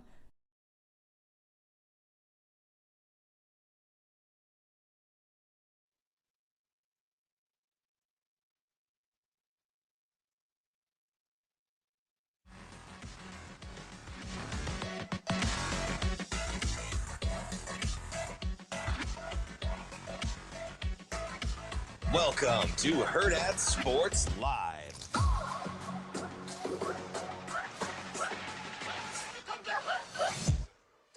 Welcome back, Hurrdat Sports Live, presented by Centris Federal Credit Union. That's DB. I'm Ravi, Lulla here at Hurrdat Sports Bar and Grill, reminding you they've got new summer specials. Make sure you come here and check them out, whether it's the Chicago dog, whether it's the summer drinks. Make sure you get to Hurrdat Sports. There's 3 now. They added a couple of the drinks. There was like the middle one interests me a little bit. Which one was the middle one? It's just how my memory works. It's second from the bottom. I saw it. I'm trying to remember the name. It is it's not the coconut one. Was it a breezy one? Yep. Yeah. It sounded good. That one interests me. And there's like a coconut teeny, which didn't sound like it would be up your alley, but out on teenies. Coconuts? Cocoa. Oh, yeah. Well, sure. Yeah. Out on coconuts. No, I actually do like. I don't want to make it seem like I'm not cheering for her. I'm less patient with her. I do. The emotional stuff bothers me more than the name. And this is a guy that's had a few nervous breakdowns, right? So yeah. I should be. I mean, I think we want I've had one outwardly. I may have had so many episodes. It's like internal, you know. Hey, why are you still in the closet? I don't know, man. I'll be out next week. Just give me a minute. No, it's yeah. There's new drinks. There's new food. Make sure you make it out to Hurrdat Sports Bar and Grill. All right, it's time to qualify some listeners for our draft. Appreciate you guys that have called in. We've got TK. First time, long time? No, long time with TK here calling in to see if we can get a trivia question answered. Are you looking at the questions, DB? I am. Okay. I don't want to read them. No, I know, but do you have one that you like? Shane's. Okay. Yeah. Which one about Shane? The fingers. Okay. TK, what does Good Dame morning. How are you, bud? Hi, TK. How are we okay for you this morning? Are we a little much? Yeah. Yesterday was not good either, or the Perfect. day before. You guys are the lightest part of my day up until I get home from work, so it's perfect. I just don't understand why he lets me storytell and do these things because it never Because it drives ratings. it never it never ends up well for me. Because I'm in show business, DB. You like money, don't you? Yeah, I do. Actually, Well, there you go. It's a real fine line between driving ratings and never being allowed on air again. Dude, there's so many funny the cold, like, I don't know if you're watching Johnny the Pig, but the cold spaghetti thing as a side dish and asking how you make potatoes, like, that stuff is funny. Yeah. Like, if you don't take yourself that seriously and you can have a lot do of fun. life, it's fun, right? You It's have a lot like of fun. I'm in tears over I the think spaghetti as Johnny- a side. Johnny is the funniest in the stream without being like overly vulgar or anything. He's else. a menace. You have no idea. He lays in the cut, and he just says stuff that like He's sniper. Just is sniper. objectively funny. Yeah, he is a menace. I was I was trying to get him some bacon because he was at Pisons and we had parent meetings at Westside. So I sent Vers a message, and clearly Matt was mad at me for asking him to be the middleman because he wasn't at Pisons. And I was telling Johnny, I was like, hey, man, I'm trying to get you this stuff. And it wasn't like, oh, man, appreciate you looking out. He was like, just Vers knows me. Just like tell him it's me. He basically was like, just tell him it's me. He'll get it, or he can get it for me. You didn't have to go through all that trouble. And I was like, damn, man, I didn't know. Like, I'm just trying to look at. But even in him telling me that, he didn't mean it like he knows me. Just tell him. He meant like you didn't have to go through all that. Like, just I'm in here, right? So it's his delivery. It's his delivery. It's definitely his delivery. All right, TK, we're going to ask you a question. If you get the question right, you get to be part of the draft. Are you ready? Yes, sir. What does Damon refer to Shane's fingers as? Little sausages. There you go. Little sausages is correct. We also would have accepted Vienna sausages. That is correct. TK, congratulations. You are part of the draft. I already have your number, so I don't need to get your info. So you will be part of the draft. You need to be available tomorrow at 8 a.m., though, okay? Okay. I will work late tonight. My man, let's make it happen. You can prosecute people later. Okay. TK. We'll see you guys. All right, Appreciate it, TK. All right, next up on the list is our – hold on, before we get Kyle on, which question do you want for the Kyle? Let's go with your school. Okay. Kyle is up next. Kyle, how we doing, buddy? Kyle, you there? Yep, there he goes. I'm here. There he What's is. up, Kyle? How are you? Oh, just dropped Little Red off at the daycare. That's what we call him. That's the color of his hair, not what DB was saying. Oh, so he's like DB. He's ginger. They're part of the group He's now. hey, you can come to the cookout, KB. You're in. He's part of the family. Hell yeah, I've always wanted that. Wow. This is Kyle from the chat, right? Yes. Okay. Oh yeah. For I'm sure. just making sure. I mean, come on. I'm just making sure. All right, Kyle. Are you, first of all, are you available tomorrow at 8 a.m. to be part of the draft? Yes, I would be. Perfect. All right, so I'm going to ask you the question. You get the question right, you are in. Are you ready? Well, ready as I'm going to be. All right. What is the name of the school that I both played and coached at? Oh, man. That's a toughie. Yeah, it's a small parochial college, if I'm correct. It is, and it no longer exists.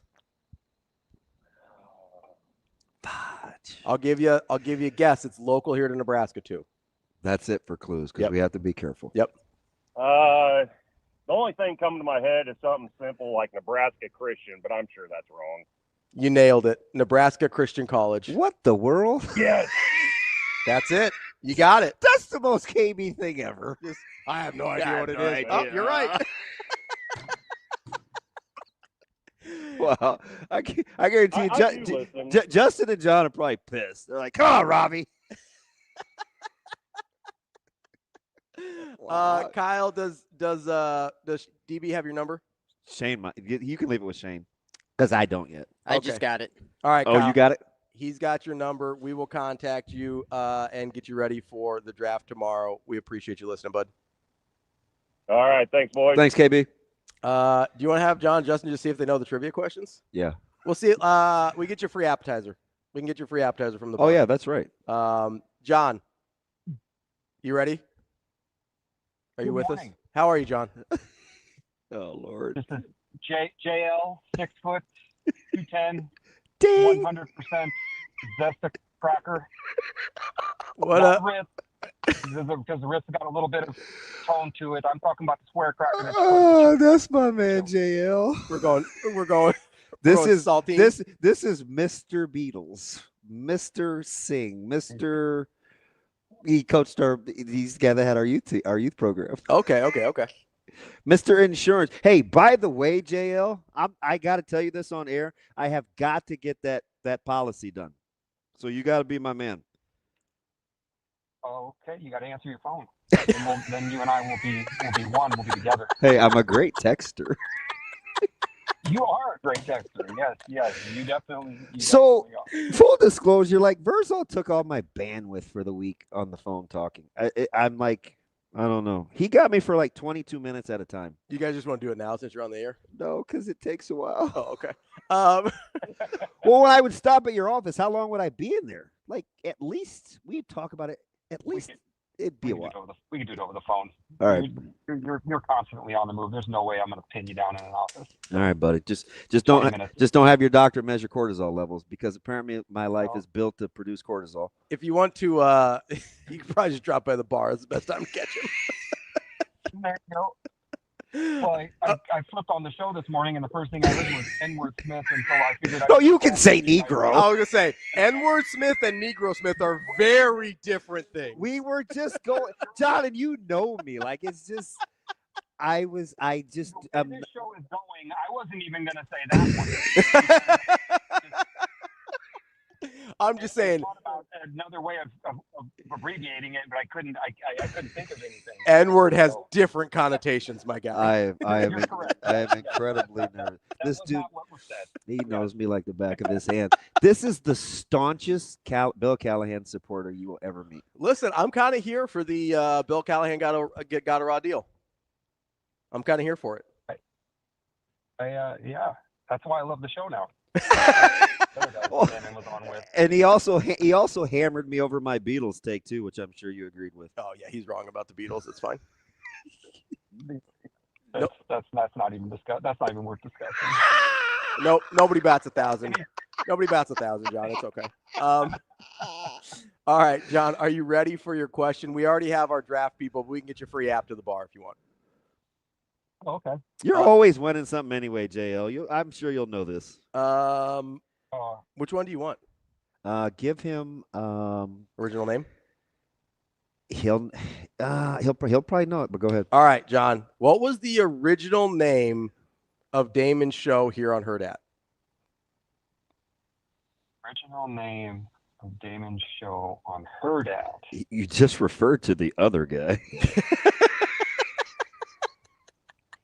Was that Coffee and Cream? It was Coffee and Cream. Well done, John. Well done, friend. It sounds like DB has your. To build something anything like that into it today? That was a question. We could have went with the other question. Well, who would I have been, John? Would I have been Mocha? You tried to convince me. You swore up and down. You're like, no, he's coffee because he's the energetic one. I was like, okay.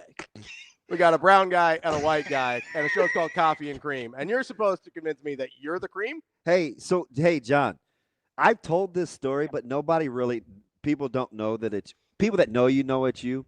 Explain to Ravi what it is when you order your coffees. You think I'm particular?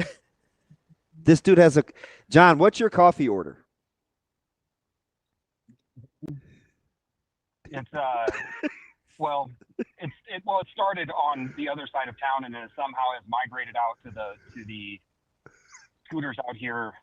But I drive past 3 scooters to go to the one place that knows how to make it the right way, and they do a really good job with it. It's completely girly. But let me preface it: I didn't drink coffee for 40 years, and then my wife kind of forced me to try one of these lattes, and I'd been avoiding it on purpose because I knew I was going to like it, and then she made me try it, and now I have an awesome $3,000 a year coffee.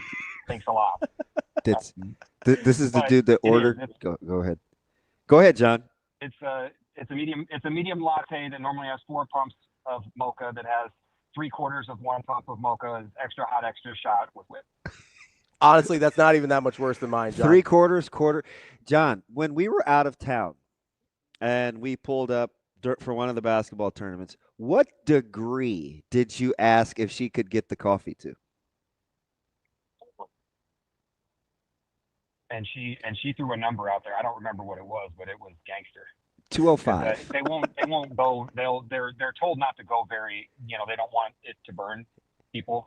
So I always tell them, hey man. And she's like, we can get it to like 202. I don't know if we can go to 205. We're talking like 3 degrees. And John goes, good enough. I'll take it. I said, oh my God. John, are we serious? John, you're talking. I mean, this is tree of trust here. It's okay. You're talking to the guy that like openly talks about how much he likes seltzers and stuff. So like, no judgment here about girly drinks or anything. I'll give you my coffee order just so we're even. Okay. I don't get it every day, but like DB knows when I come in, it's a venti iced blonde latte with almond milk and 3 Splenda. Not 2, not 4, 3. 3. Yep. It's the right amount of sweetness. Incredible. So I get it. And not everybody makes it right. You're correct. I do want to know how you do 3/4 of a pump. Is that like just the tip or like what are we doing? Very carefully. And when I say I drive past 3 scooters to get to the one that knows how to do it the right way, and when you get there, there's 2 people in the place that can do it, and so I just kind of wait around for them. But you got to tip good, otherwise, you get what you get and you don't throw a fit. So. All right, buddy. I'll get you your gift card. Appreciate it. Appreciate you, John. Justin, how about JR's like 198 degrees is perfect. How do you guys know? Like, can we be honest about this? Yeah. He said that to me in Minnesota. I listened to him in Minnesota, and I was like, "What's 205 to 202? I get it if I want to break down the tissue and tearing meat. Yeah, like pulling it, but also." Like, can you taste 3 degrees? Also, the temperature is going to be different immediately after, like, it goes down immediately, right? And he can drink it for a while. Like, he can have that bad boy. So you're going 205 to 202 in probably the minute and a half before you start drinking it once you get in your car anyway. Like, that's right. Like, that specific is kind of weird to me. Is I drink any stranger than 198 no, degrees? all of the very specific is weird to me. But I'm also an iced coffee guy because I don't love hot beverages. So I maybe am not the right person. Do you think people that are actually doing these know what 3 like? So yeah. Does it go all the way to the bottom? I think so. So it's just like because it's like one of those big, like containers that has. It looks like a big soap container basically, but it's got the long kind of neck on the pump, and so you go 1, 2, and I imagine the 3/4 you just don't go all the way down. That's wild. It's like there's just too many people in line for that. Our guy JL cannot be bothered. Oh, and believe me, he knows. It's incredible. Hey, that was 5/8 of a pump. I said 3/4. Dude, around town it's called a Hot John. I'm dead serious. I used to be with this guy all the time. They just call it a Hot John. I think in other places Hot John means something else. Joe Urban Dictionary. Let's get to our guy Justin here if he's still For on the our line. last gift card? Okay. Yeah, we'll give him away a free app as well if he can get the question right. Justin, you still there with us, bud? Yeah, I'm here. How's it going, guys? Good, man. Justin, How are you? Justin, did you want to be part of the deal? Like, are you bummed that you were in fourth? Yeah. I mean, I've known every question so far, so a little bummed. It's all right. I got one question for you though. If you were the first picker in our draft, if you were in, who would you have drafted? What are we even drafting? Are we drafting for college, or I wasn't even here for that? College, just college. College quarterbacks. College power conference quarterbacks.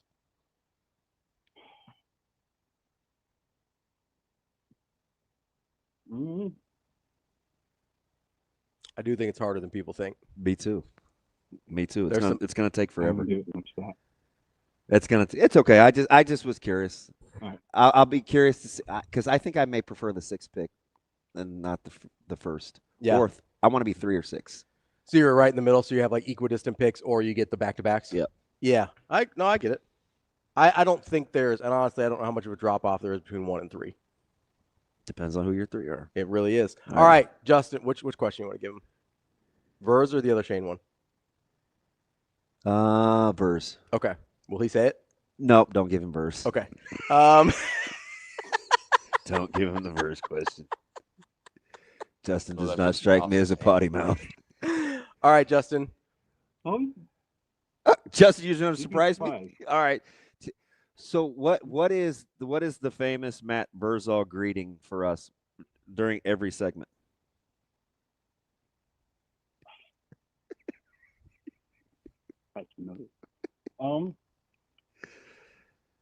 Hey, douchebag. That's what I want to say to him. What was it? What's up, effers? I don't remember. What's up, fuckers? Oh yeah. Dude, we're terrible. Like Sasha, she's got to be like doing cartwheels. Sorry, Sasha. I'm mildly pissed now. Justin, we appreciate the call, buddy, and the listen Yeah, too, we appreciate and you the contribution. hanging in there with us. I kind of wanted Justin to win. I appreciate you guys, man. Thank you, buddy. Make my morning. You got it. All right. I So always like hearing that. yeah, man. You know? Shane, you were just chomping at the bit to play that, weren't you? You always like hearing this? What's up, fuckers? Shane, we've done enough this morning, man. We don't need it. He's going to be in rare form on Friday. We've done I'm one with the kids. He's got a lot. He's got a lot of material. No, That's just my awesome tan. I do appreciate when people say things like TK was like, "Hey, it's the last part of my day." He's got a heavy job. Yeah. Justin saying, make his morning. That's nice. That's why we do it. I don't know, Johnny. I get it. What Like did Johnny he's a foodie. He's like DB. You can taste temps. Brew temps depend on coffee, beet. Of course, JP's going to go into detail, right? But usually warm a coffee. Thank you for boldening that, Shane, because I'd have been here like. Yep. You need me to read it for you? No, I was going to make a blind reference, and I'm already. Stevie Wonder out here? No, knock it Allegedly blind. Warmer coffee is perceived as more bitter, while cooler coffee tastes more sour and acidic. He Googled that. Did you AI that, Johnny? But do you get that in the difference of 3 degrees? That's the question. That's the question. It's not that there is a difference in taste. I believe you. I know why they like their beer warm in Europe. But I get that. Why, do you get the difference between acidity and bitterness if you're 3 degrees apart? That's the question. Does JR strike you as the type of dude that would be at 198? He is in that age range because he's in his 20s. I'm surprised though. Yeah, I know that older people like their. He's definitely not. No, I know, but like their coffee scalding hot, that's a thing. If you go to a diner, they will brew that thing like the surface of the sun because old people like their coffee super hot. Johnny Pick says, "No, I'm high maintenance." You did call him that. I mean, he is. It's fine. I'm high maintenance too. I'm not. It's fine. Just be cool like me. It's okay. Just say whatever comes to mind. Yeah, DB. Hey, I'm tripping. I'm sliding. I'm riding through the. Famously easy. And you know what's funny? Because there'll be these weird times where I just choose my words extremely careful, and then there's these other times where it's like I don't even know why I just said that. I have no idea. I did not mean to sound like that. It's kind of weird. I don't help. I know that. No, I you- know you- I you don't. don't. I make it worse. Yeah, It's okay. I think you're horrible. Well, horrible seems aggressive. Do you know your pick? So do you know what I'm doing? Like what I'm in the process of doing? I don't want you to. I don't do what I do. I don't know who I would pick first yet. If I get the first pick, I don't. So I'm categorizing the draft pick status. So like I have guys that I think are potential firsts. So you're like grading them? So if they're gone, yeah, I'm gonna go to the next highest Potential guy first. in that list. I'm going to put them in sections of 6. Because I don't want to take forever. Yeah. But it is hard. I did send Tim and so TK and Kyle. Yeah. Once we get your I'm gonna text you guys tonight to get your emails. Two of the snarkiest dudes too. Can you imagine Yeah. like they're leading in like week 6 or I know, right? I'm gonna text you guys and get your emails from you. So are we grouping everybody? Because are AJ and Rico Suave, they're the tandem. Yeah, they're drafting with us. And then Tim, then because we can get, how many can we get on the screen, Shane? 6? So we'll switch them in and out. So we'll have everybody will have a StreamYard link. Oh, and then we'll nice. switch them in and out, like bring them in and out of the stage when it's their turn. Okay. We put them on the clock? Yeah, we'll do a clock. All right. Probably like a minute. Ooh, that's tough for me. Well, I'm warning you. I mean, we can't do like at what? Okay. Let's go. So ahead. people can't see you. Yeah. But when that People can see me. We're famously on camera. That delivery to me. At what age did you think I was? A little bitty. Another head pat. It's all right, buddy. Oh, I'm warning you. Like I'm not 4. Giving you a heads up. Do my best. Contrary to popular belief. I'm so over you right now. Bro. Just totally dragging it out. I was surprised. Asshole. I was just surprised. That's fine.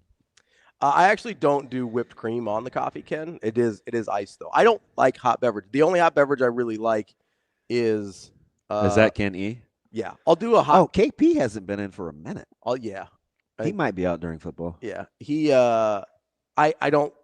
It's I don't like Thursday. hot He's beverages. probably mowing. I don't like hot beverages. He's a big mow guy on Thursdays. Yeah.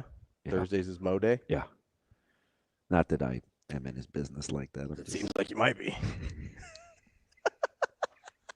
Just can't let it go, can you? What do you mean by old people? I don't know. Just like I know, very old people tend to like their coffee very hot. That's a that's. So a, who asked you that? DJ. I think it might feel. A You little don't do something. like hot cocoa or anything like that? Hot cocoa is about the only thing. I don't drink anything hot.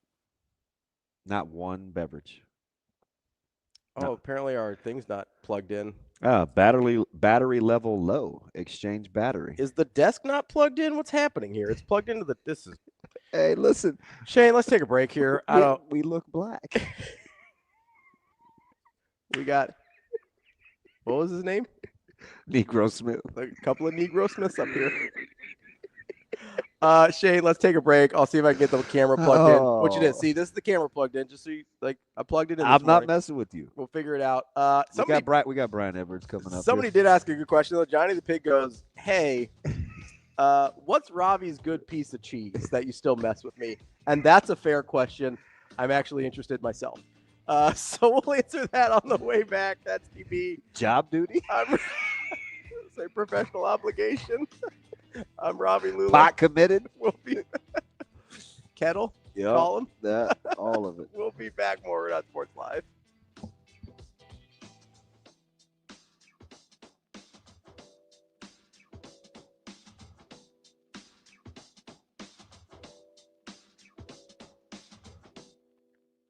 All right, here with Isaac Jensen. Isaac, run down on your recruitment here. One, you took an official visit to Iowa State. Let's start there. How'd that go, and what did you like the most about your visit there? It was great. My family loved it. I loved it. And the thing I like the most is just spending time with the tight ends and seeing what it's like a weekend in their shoes and seeing if I'll fit in, and that's the way I felt. A lot of Iowa State, I guess, attention to Nebraska this year. Does that kind of weigh in a little bit on your decision? I mean, teammates going to Iowa State. I mean, obviously, it'd be pretty cool to play with Jet and AJ and live with them, but I'm just going to do what's best for me, and if it is, then it is, but if it's not, then I'm not going to put myself in a position to not succeed.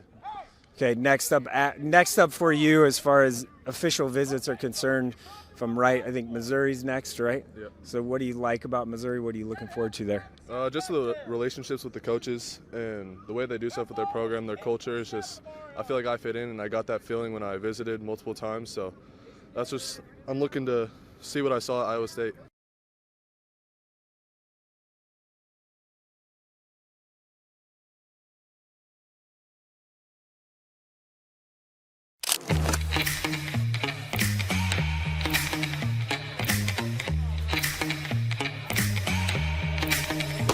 Give me that cheddar, we getting Rico.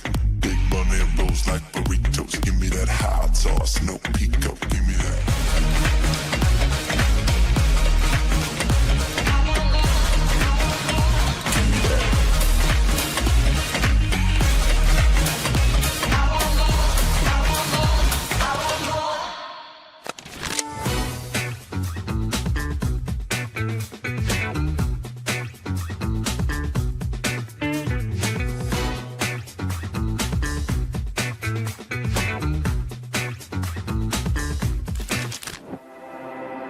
A successful financial future is built one coin at a time. Whether you're just starting out or a seasoned saver, we've got the financial resources and team of experts who will be with you every step of the way. Centris Federal Credit Union. We are where you are.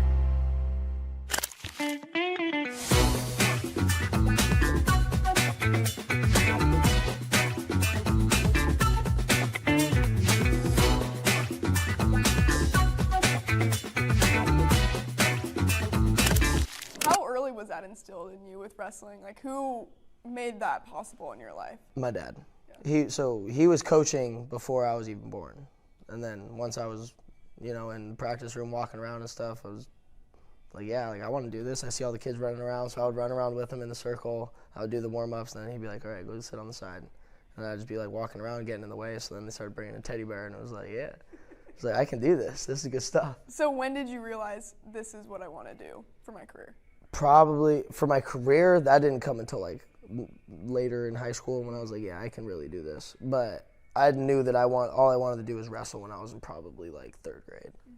Third grade was when I started winning a bunch, and I was like, oh yeah, this is good stuff. This is fun.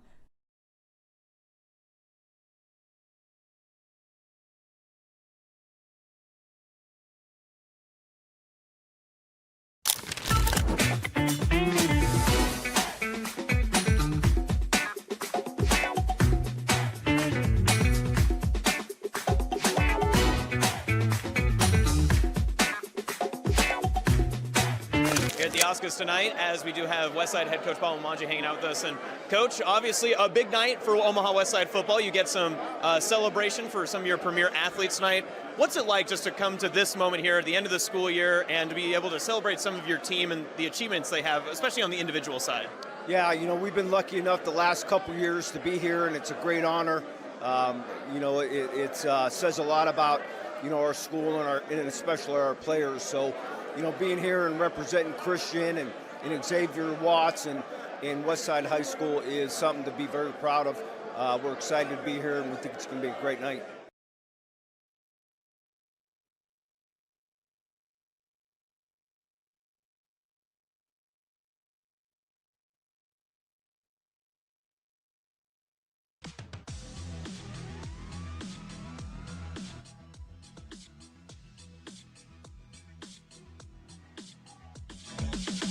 You're listening to Hurrdat Sports Live.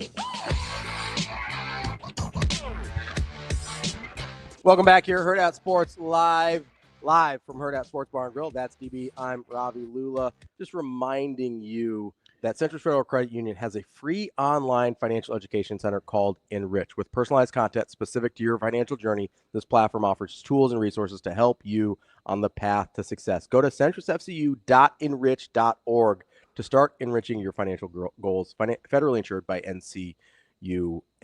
All right, we got a few minutes here. I'm going to run down the show real quick, even though we're 2 hours in. Brian Edwards coming up here in a few minutes. Well, the back hour is loaded. We're loaded up. Michael Bruntz, our regular Thursday. We've got our old friend, Joel Lorenzi, to help us preview the NBA Finals. Gave him enough time to sleep in. Big game tonight as he is the beat writer for OKC. Former Creighton beat writer. Now he's down covering the Thunder for the Oklahoma, and he'll join us. And then everybody's favorite. I don't know how the show could get any crazier, but we decided to have Anthony Stabile on today to talk about the Belmont Stakes.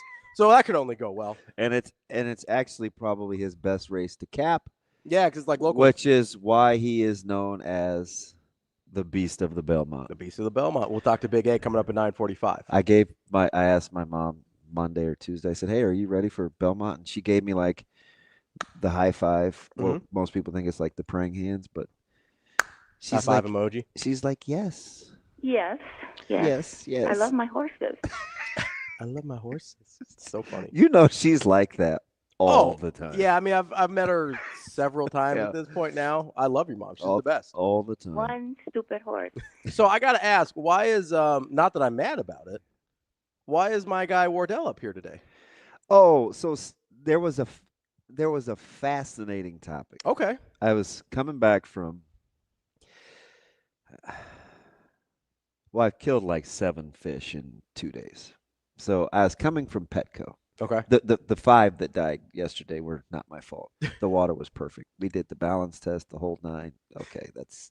So you literally, I know I didn't know if there was like a metaphor for. I was like, I don't know what were you cooking?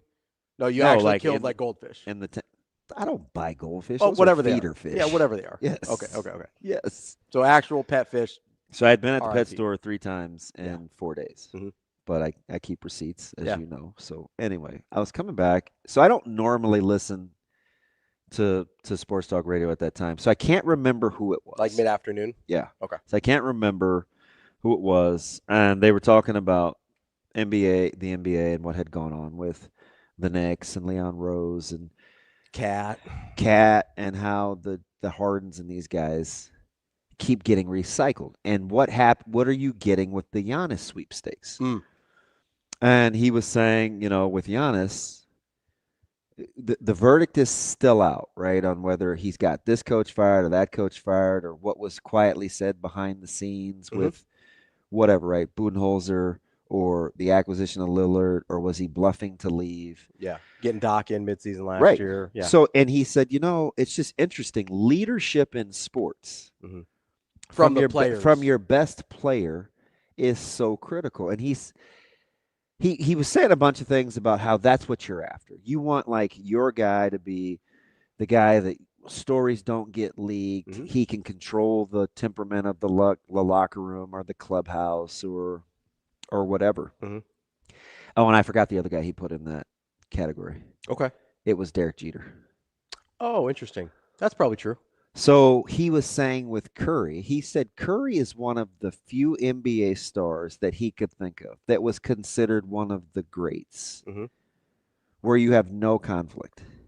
Yeah. He's he and his head coach seem to be on the same page.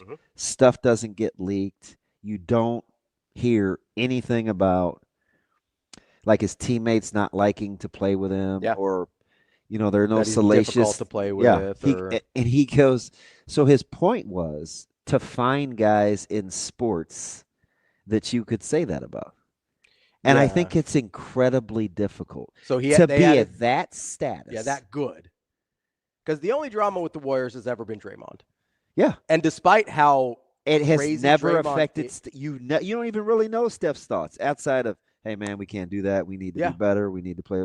And he moves on. And it seems like he makes that locker room functional even with Draymond, which it could very easily get away from you. Yeah.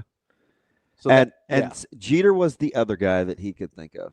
Yeah, so off the top of my head, I thought it was fascinating because it's harder than you think. Yeah, because you look at like a Jordan who's kind of a tyrant, right? Got it done a different way, but like a lot of teammates famously did not love playing with him. And there's all these backstories. Yeah, right? You don't even really have those with Curry. You don't like – he obviously punched out Kerr in practice, and he would get in fights with like Will Perdue and people like he was kind of a tyrant, right? Like got the job done, but wasn't particularly beloved.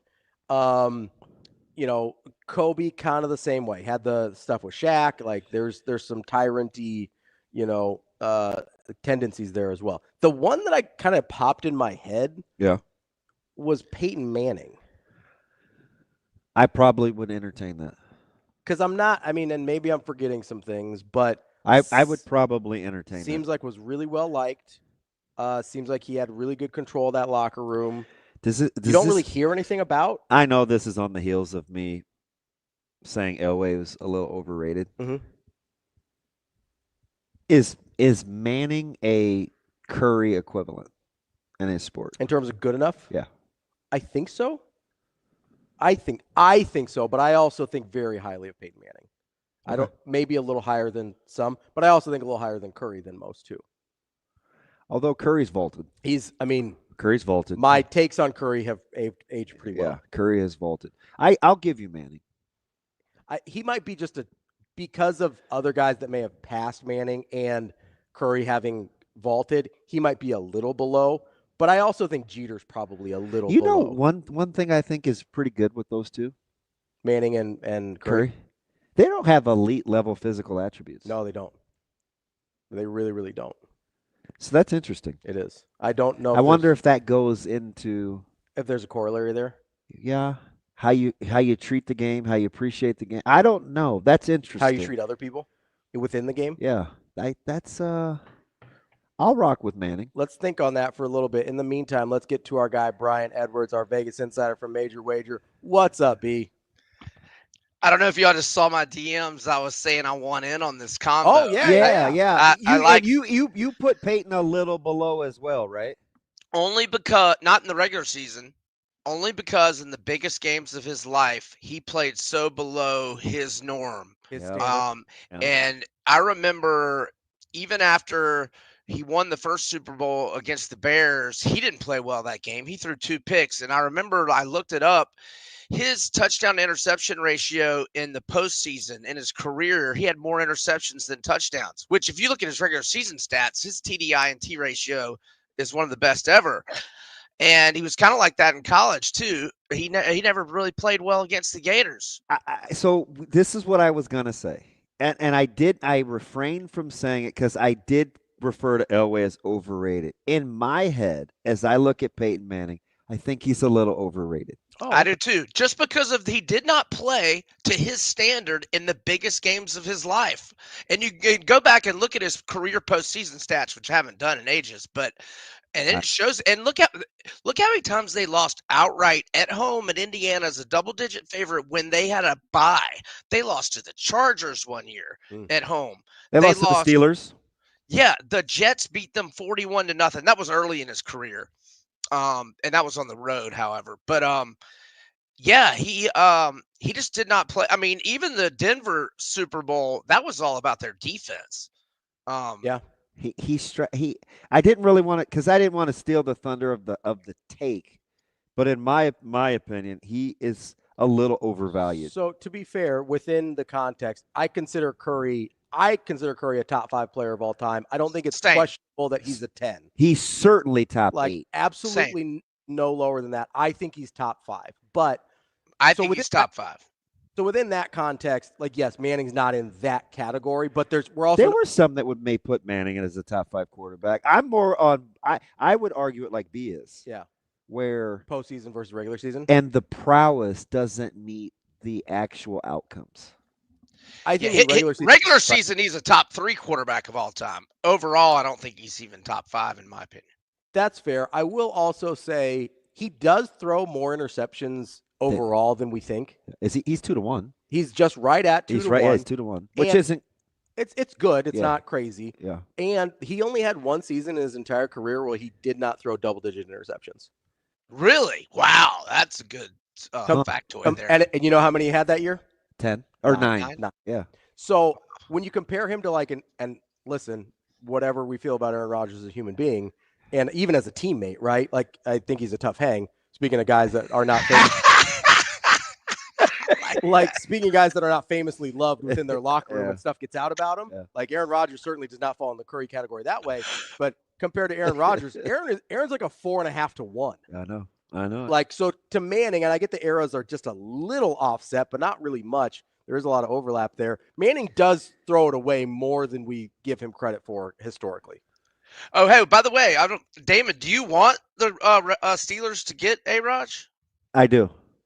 I mean, I would think so too. I think he could possibly have one because- more good year if he's protected. Listen, it's like choosing which vegetable to eat. I don't want any of them. Right. But I'm going to choose the one that'll probably go down the best. Right. I'll take Rodgers. Sure. Rodgers is almost 5-1. No, I know. It's incredible. He's got the lowest, but he doesn't win enough. He's got the lowest interception percentage of all time. Like, of all time. He is, so that's an outlier there. But for comparison, he's only thrown in 20 years, he's only thrown double-digit interceptions 4 times in 20 years, and the highest number is 13. Even golf's almost like golf's 2.5 to 1. Yeah, but most of the ratios are closer to 2 to 1 than we think. Like, even for the guys that we consider like took great care of the ball. Yeah, I mean, he's 225 to 94, so it's like. You want to know what Brady's is? Because I'm pretty sure it's pretty close to 2 to 1 also. I bet it's like 3 to 1. Nah, maybe not 3 to 1. No, I'll take closer to 2 than closer to 3 because he's had some 15, 16. B's right. It's 3 to 1. What is it? 649 to 212. 649 is ludicrous. Yeah, I mean, like, that number's so dumb. Right? That is 649. That is ludicrous. That number's so dumb. Golf that's the highest, right? Is that the most, Yeah, or is yeah, Peyton yeah. have more? Yeah, No. nope, that's the highest. Yeah, Peyton's in the fives, 549, I think. So he's got almost 100 on him. Are you ready for this series, B?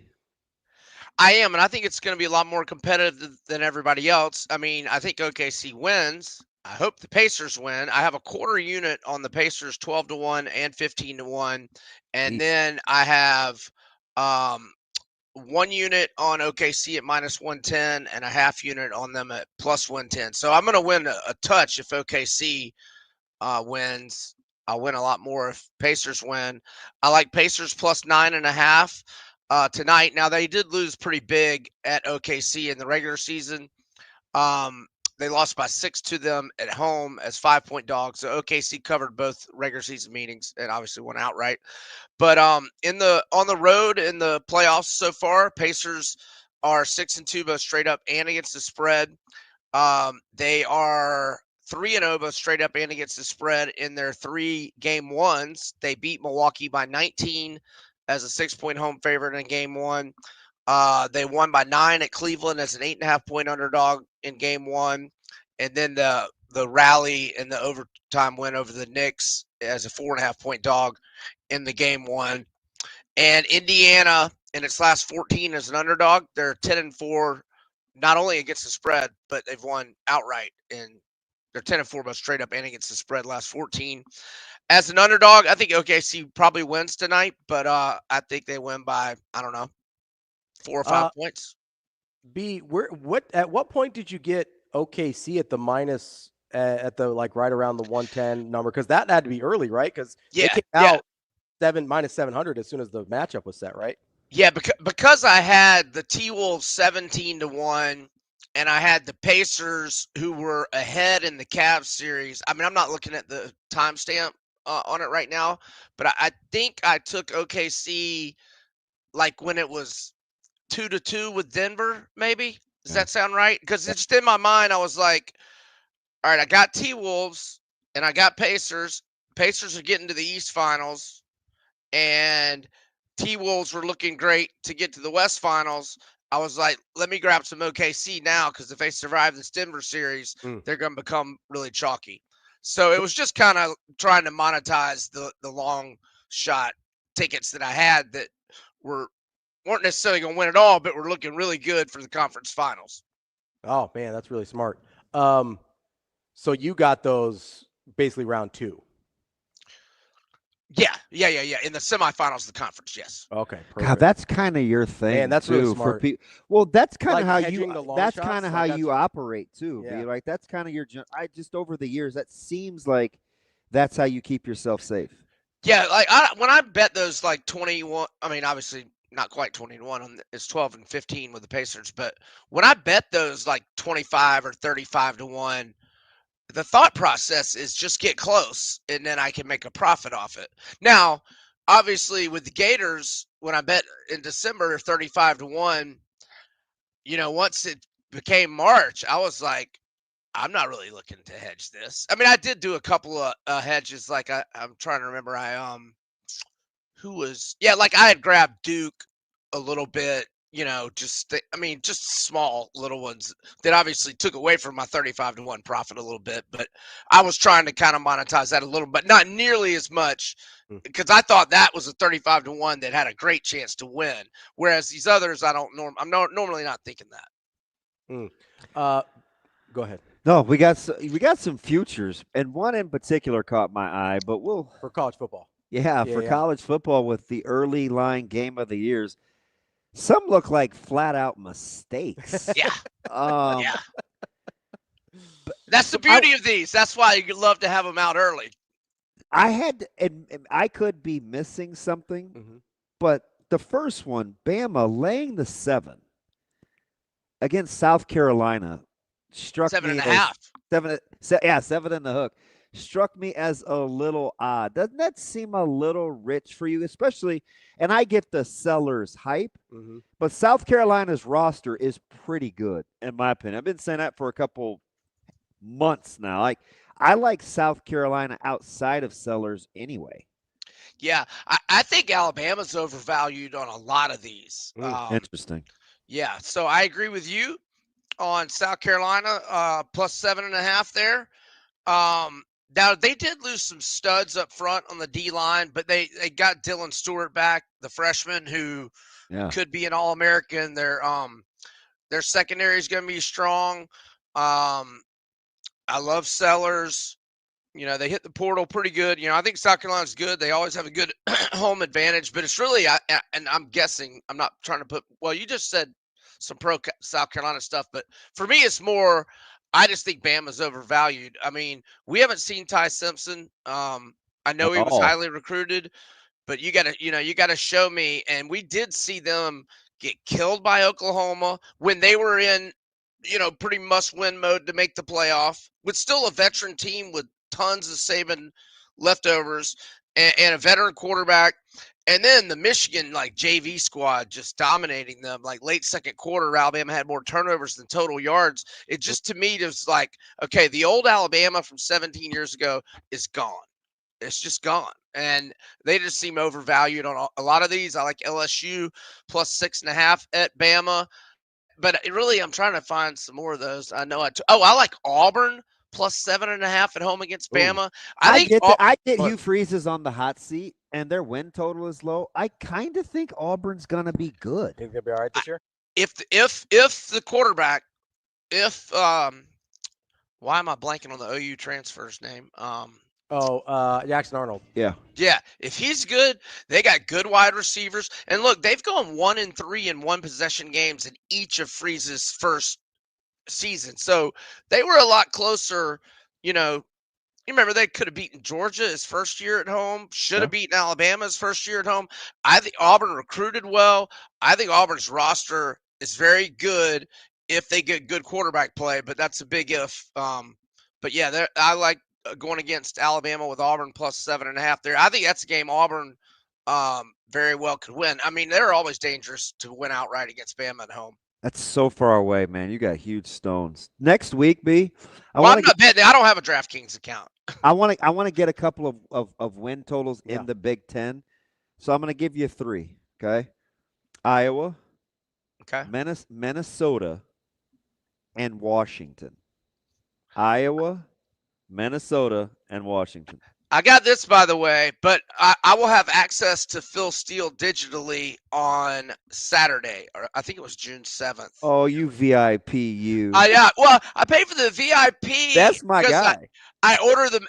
You get the magazine a little early, and you're paying $5 extra to be able to look at it digitally for 3 weeks before the magazine comes. So yeah, $5 for you. That's a 231 total tonight, man. All right, B. I'll talk to you. All right, we'll see you guys. Thanks, buddy. That's our guy, Brian Edwards, Major Wager. Coming up next, we're going to get into Michael Bruntz. I'm Ravi Lulla. I'm Kenny Bell. We're here from Hurrdat Sports. Don't worry, Metro Transit has you covered right here on the ballpark bus. Gonna run from right here down by the stadium, north of downtown, all the way up to Dodge Street, making a circle to drop you off wherever you need to go. Oh, beautiful. So what's it cost? It is free. It runs every 10 minutes, and it'll run almost all day until an hour after the last game. Or Kenny, if you're like me, you don't want to deal with driving downtown at all, Metro Transit has you covered there too. You can park out at West Roads for free and get a ride downtown through Orbit. That's right. They added an extra Orbit stop at 10th and Capitol, only $1.25. Fills up after the game, quick, nice service, right back out to West Roads. $250 round trip, can't beat it. And free parking? You kidding me? Plan your trip or track your bus at myride.ometro.com. Or download the MyRide OMA app.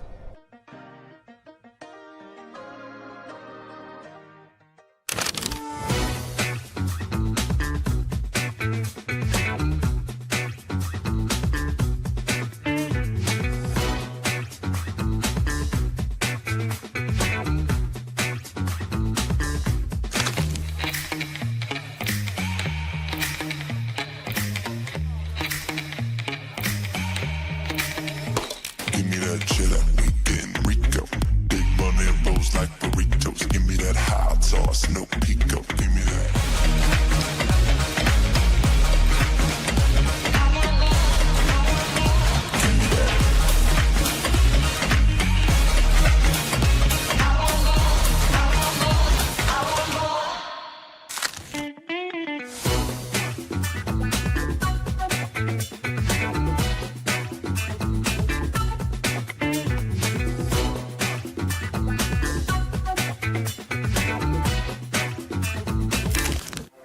Aspirations can drive us.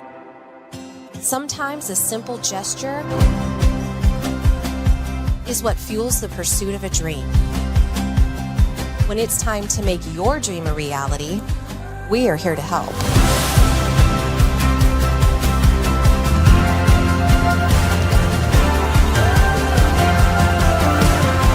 Centris Federal Credit Union.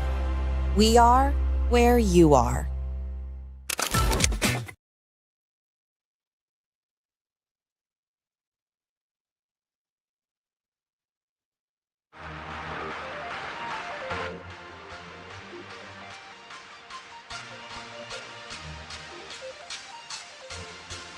Welcome to Hurrdat Sports Live.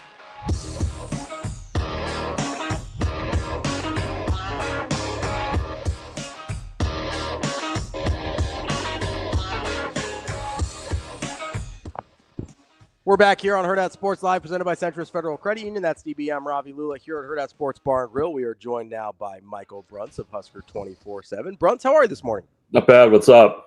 I'm extending an olive branch, Bruntz. I know last week I ruffled your feather with the Manning thing. Or with No, Elway. I have also thrown Peyton Manning into that overrated category as well. Look but at his face. for vastly different reasons.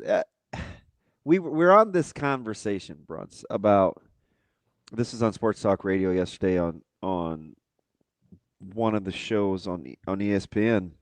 I was in my car, and they were talking about transitioning in the NBA and what's going on with Cat and some of these guys like Brunson, and do you want to play with them? And James Harden's going to get paid. Do you want to play with him? And kind of these perpetually unhappy just people, you know? like, what are you getting with the Giannis sweepstakes? Did he run Budenholzer out? Does he going to have certain demands? And he said, when you just think great players of all time that you never have any issues with, they're good with their coach, there's no leaks, nothing comes out.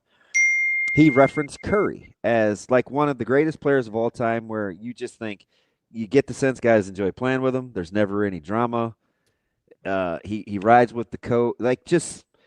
So we were going through this list across sports of guys that you had put in that category that were elite at what they do. Elite at what they do, that you just didn't hear a peep about. And I think the list is way smaller than like just at first blush. Because even guys like Jordan or Brady or Kobe, certainly LeBron, Barry Bonds was hard to get. Like, there are these guys that they just don't. They're just not low maintenance. Ravi threw in Manning as a guy, and I agree with the leadership and Like the how his no teammates feel about drama, him. how his teammates feel about him. But he's probably a step below. But do you Steph. put him on Curry's level? Or do you have a guy? Yeah, do you have a suggestion? Like an elite guy who doesn't cause problems. That is kind of beloved. Tim Duncan was one that came to mind. Yeah, Tim Duncan's a good one. Yeah, that was one I was thinking of. I'm trying to think of baseball who would be. It's hard. Baseball's kind of hard. It's a different deal. You know, Trout doesn't win enough, but you Does- don't hear a peep. He didn't win a ton, but like as Pujols, is he a guy like that? Like, was he a guy that was? I never. No real. Were there any select? Well, At the Pujols end, had the at the very- age. He had the age Oh, thing. yeah.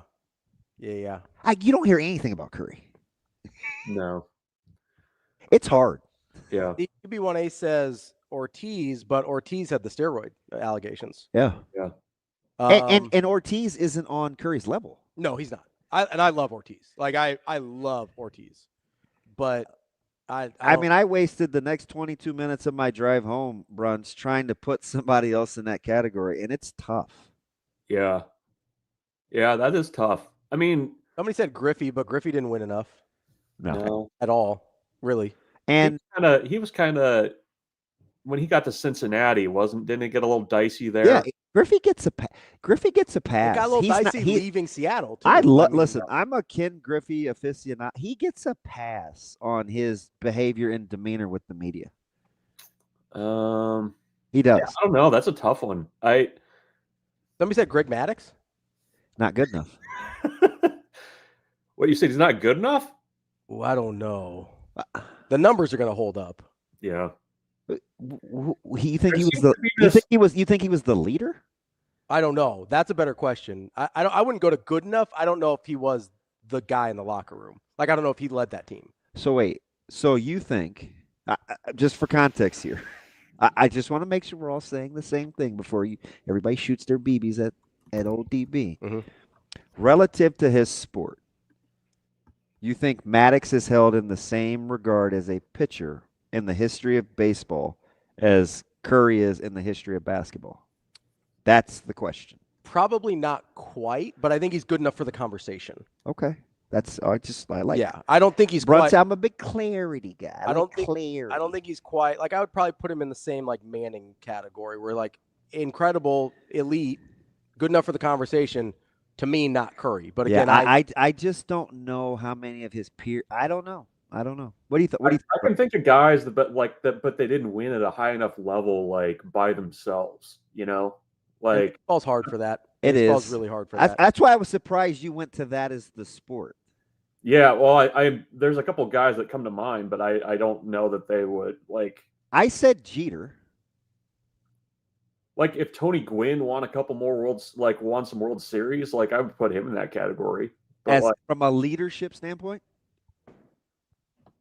can you be a good leader without being kind of a?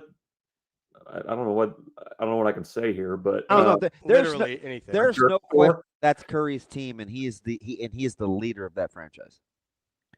I don't know if I would slap that label on Gwynn. Best player. But he wasn't one of those guys. And you get into that era with the media coverage, I think it's different. Well, it's harder. That was, I mean, because Gwynn was notoriously not a talker. Does Curry even like nowadays? Like I'm not NBA. I'm a little lost on, but does Curry even get the coverage nowadays? Like, is that still like? I know it was kind of hot and heavy for a while there, but yeah, I think so too. I think his teammate keeps him current, and I think the fact that they're always close keeps him current. Got it. That makes sense. Wow. But he doesn't. He gets less than some people because there is no drama too. Like there are people he's definitely not interesting. There's people that get more, to your point, but part of the reason he doesn't is because you just don't have a lot there in terms of things that get clicks or views or whatever. Yeah, small market team. Small market team too. This is like Just those plucky underdogs. So in San David dropped Francisco. Gretzky. That's the fourth Gretzky reference I've got. I've got 3 Gretzky texts. A lot of people have gone Gretzky. But I know there was some drama in LA. Maybe Edmonton Gretzky? If you want to like segment it up a little bit. He was beloved. You know? He was beloved.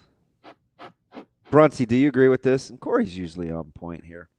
He says, I think Maddox might be the highest regarded among his peers of his generation. Randy Johnson as well. Both ahead of Clemens amongst their peers. I don't know about that, but I've got one I think he's clearly missing out on. I have no data or sources to back it up. Corey, it is an interesting discussion.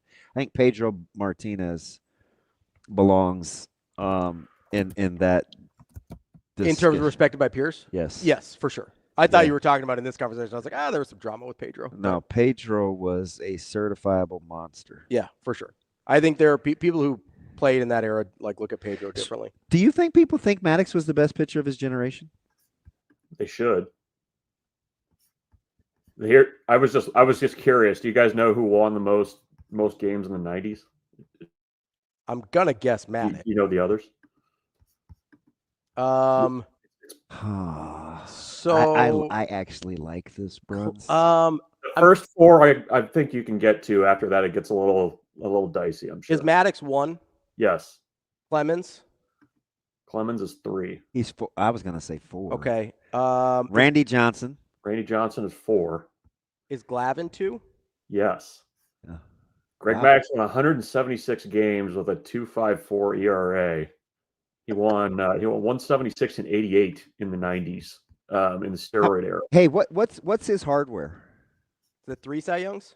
4 Cy Youngs, Hall of Fame, 8-time All-Star, 18-time Gold Glove, and led the league in ERA 4 times. Do you know what's funny? Because I'm a hater. Even though I know he's a fantastic. Some of player. it was reputation by the end. Yeah, some of the 18. But here's the other. But that's thing. how Gold Gloves work in general. So this is what I always used to say to make my Cubby brethren mad, because I, as a punk, I probably still am, but he got so many painted black calls that guys had to fan at so many ground balls. I was like, who can't field dribblers? Like that's all. That's all he gets hit back to him, because guys are out on their front foot fanning over balls that are 6 inches off the blacks. It's like, yeah, you're a hater. It's like these guys are hitting fungos back to him at pitcher. You're a hater. Just literally Google Maddox defensive highlights, and it's not dribblers. No, I know. What was peak steroid era for you guys? Probably 98, maybe. When was it really humming? At 98? So I think if you want to be realistic, it's probably a little longer than we think. It's probably like 93 to 02. But So who was the really good Orioles lineup that couldn't win? Brady Anderson. That was 96. As Alomar, Anderson, and so it's at least then, because Brady Anderson was. So at 98 gets all the hype because of Sosa McGuire, but I think it's like 93 to 02 is like really humming. So in peak steroid era. Ready? This is why I know you're gonna go Maddox on me, but this is why Pedro means so much to me too. Because the Pedro numbers in peak steroid era are bonkers. But go ahead. Go ahead. Maddox in 95 went 19-2. Next year he went 15-11.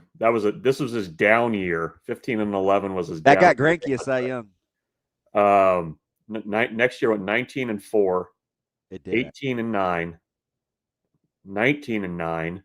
19-9. So that's through 2000. I mean, that's okay. Guys, he's got a career 1.14 whip. That's pretty good. You want to know what Pedro's career whip is? I think, you're going to laugh. I think it's under 1. It's so close. He had a couple late years that bumped it over. His career whip is 1.054. Yeah. Forever, Bruntz, it was under 1. In the steroid era, he had, oh dear God, 2000, right? Steroid era. We're calling that steroid era. Oh, for sure. Can you guess what his whip was? 79. .733. Bruntz, I'm up 737. I don't fawn over Pedro like Ravi, but I I'm a have Red Sox- studied him My God. a ton. So I know like a lot. That's why I was like, well, is he considered like Pedro was a dude. So I It's kind of surprising he only has 219 career wins. I know wins are a pitch enough. faulty stat. Don't get me on that, but that it seems like you would expected that to be higher. I think He was in exile in Montreal. Like he didn't beat it. It was So I think part of it too is the thing for me more than the winning more is only having 3 Cy Youngs is kind of criminal. Yeah. I think. Yeah. Like compared to like, oh, Roger Clemens has 7. It's like I'm taking Pedro over Roger Clemens. I'm sorry. Roger Clemens has the longevity. Peak Pedro over Pete Clemens. I'm taking Pedro. I'm taking Peak Pedro over everybody, to be clear. I'm taking Peak Pedro over everybody. Bruntz.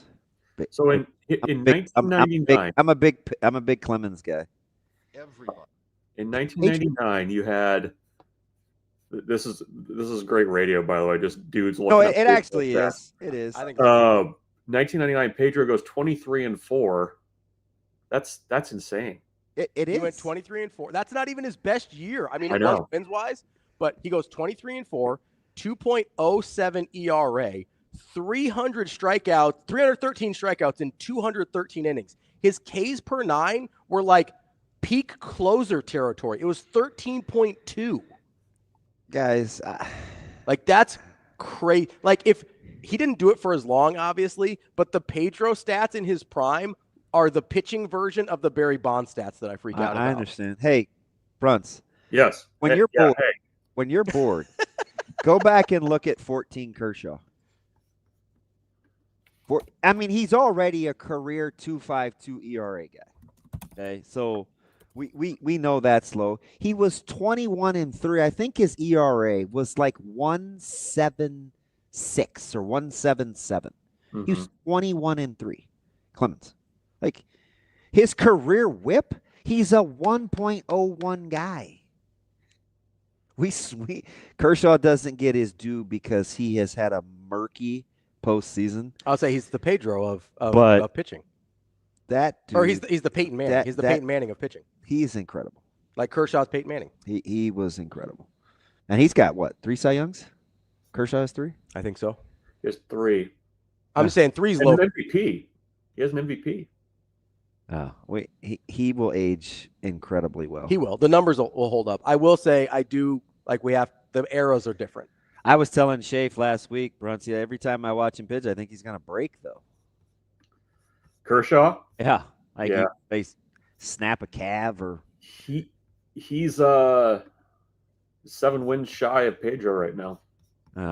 it's a shame that nobody's going to get to. These guys got to pitch. Yeah, I mean 300. You're just not getting there. Nobody's getting 300 anymore. Just not getting there. But pitching in baseball is going to have a whole new set of criteria. Yeah, because the strikeout numbers won't be there because you're not getting enough innings. They'll be closer than the win numbers, but I mean you're going to have a struggle getting to 200 wins for guys. Well, these guys are putting Maddox in the top 3 of all time. I think Maddox is better than you give him credit for. No, you don't know what kind of credit I'm giving it. He's a great pitcher. He is. Although he does fit into the category of like guys that are not physically dominating that we're talking about, like Steph and Peyton and those type of guys. Yeah. Bruntz, I have some questions. They're actually portable and relatable to this week. Are you ready? Ready? Yep. Mm-hmm. So obviously it's by design with the 7-on-7 and the huddle stuff and guys that are going to be on campus. How soon or how do you gauge or how do you know what kind of shot in the arm it is for their kind of creativity for what they're trying to pull off with kind of this newfangled recruiting tactics and being hosts for events like this? When will you benefit of that? It's hard. It's harder now because I think if you look big picture, like this weekend is obviously about setting the table for like 2 years down the road. You know, like that's the tough part. Like the guys that are going to be coming in for the 7-on-7 tournament, they're 27 recruits and 28 recruits. Like you're kind of sowing the seeds now. And, you know, the other part of it though is too, it's a little bit about buzz. I mean, you're going to have, double-digit official visitors in Lincoln this weekend. That those guys are going to be, going through their tours and stuff whenever the event's going on. I mean, that there's benefits to that too. I think you're going to see a lot of programs try to copy what Nebraska's doing. Like the thing I've heard from national folks is Nebraska doing this, I think, kind of caught some programs by surprise of like, how are they doing this? Like what's the, that I've heard that from multiple Power 4 types. Like, how is Nebraska getting around the rules on this? What are they doing? And so I think you're going to see some copycats next year for sure. Like I have zero doubt about that. But Nebraska is going to get the first kind of move on this to show what they've got and how to run an event like this. And it's just about getting kids to Lincoln. I mean, that's, you want to get them in the facilities. It's a camp setup, so they're going to be around the coaches and there's going to be some coaching and stuff going on in the morning. So it's Nebraska kind of trying to be on the forefront of something. And I think that's another thing I think you can kind of take away from this. Like Nebraska's kind of the first mover on something like this. It's a big deal.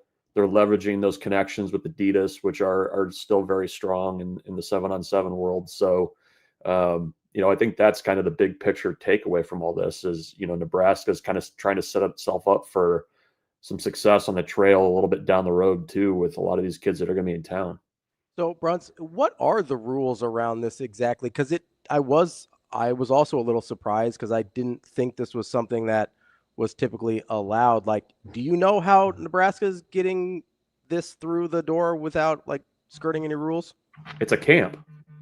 They're just calling it a camp, and it is a camp. Like there's stuff throughout the day, but in the morning it's going to be kind of a camp type setup. I mean, there has to be like an educational coaching type component to it, and that's baked into the day.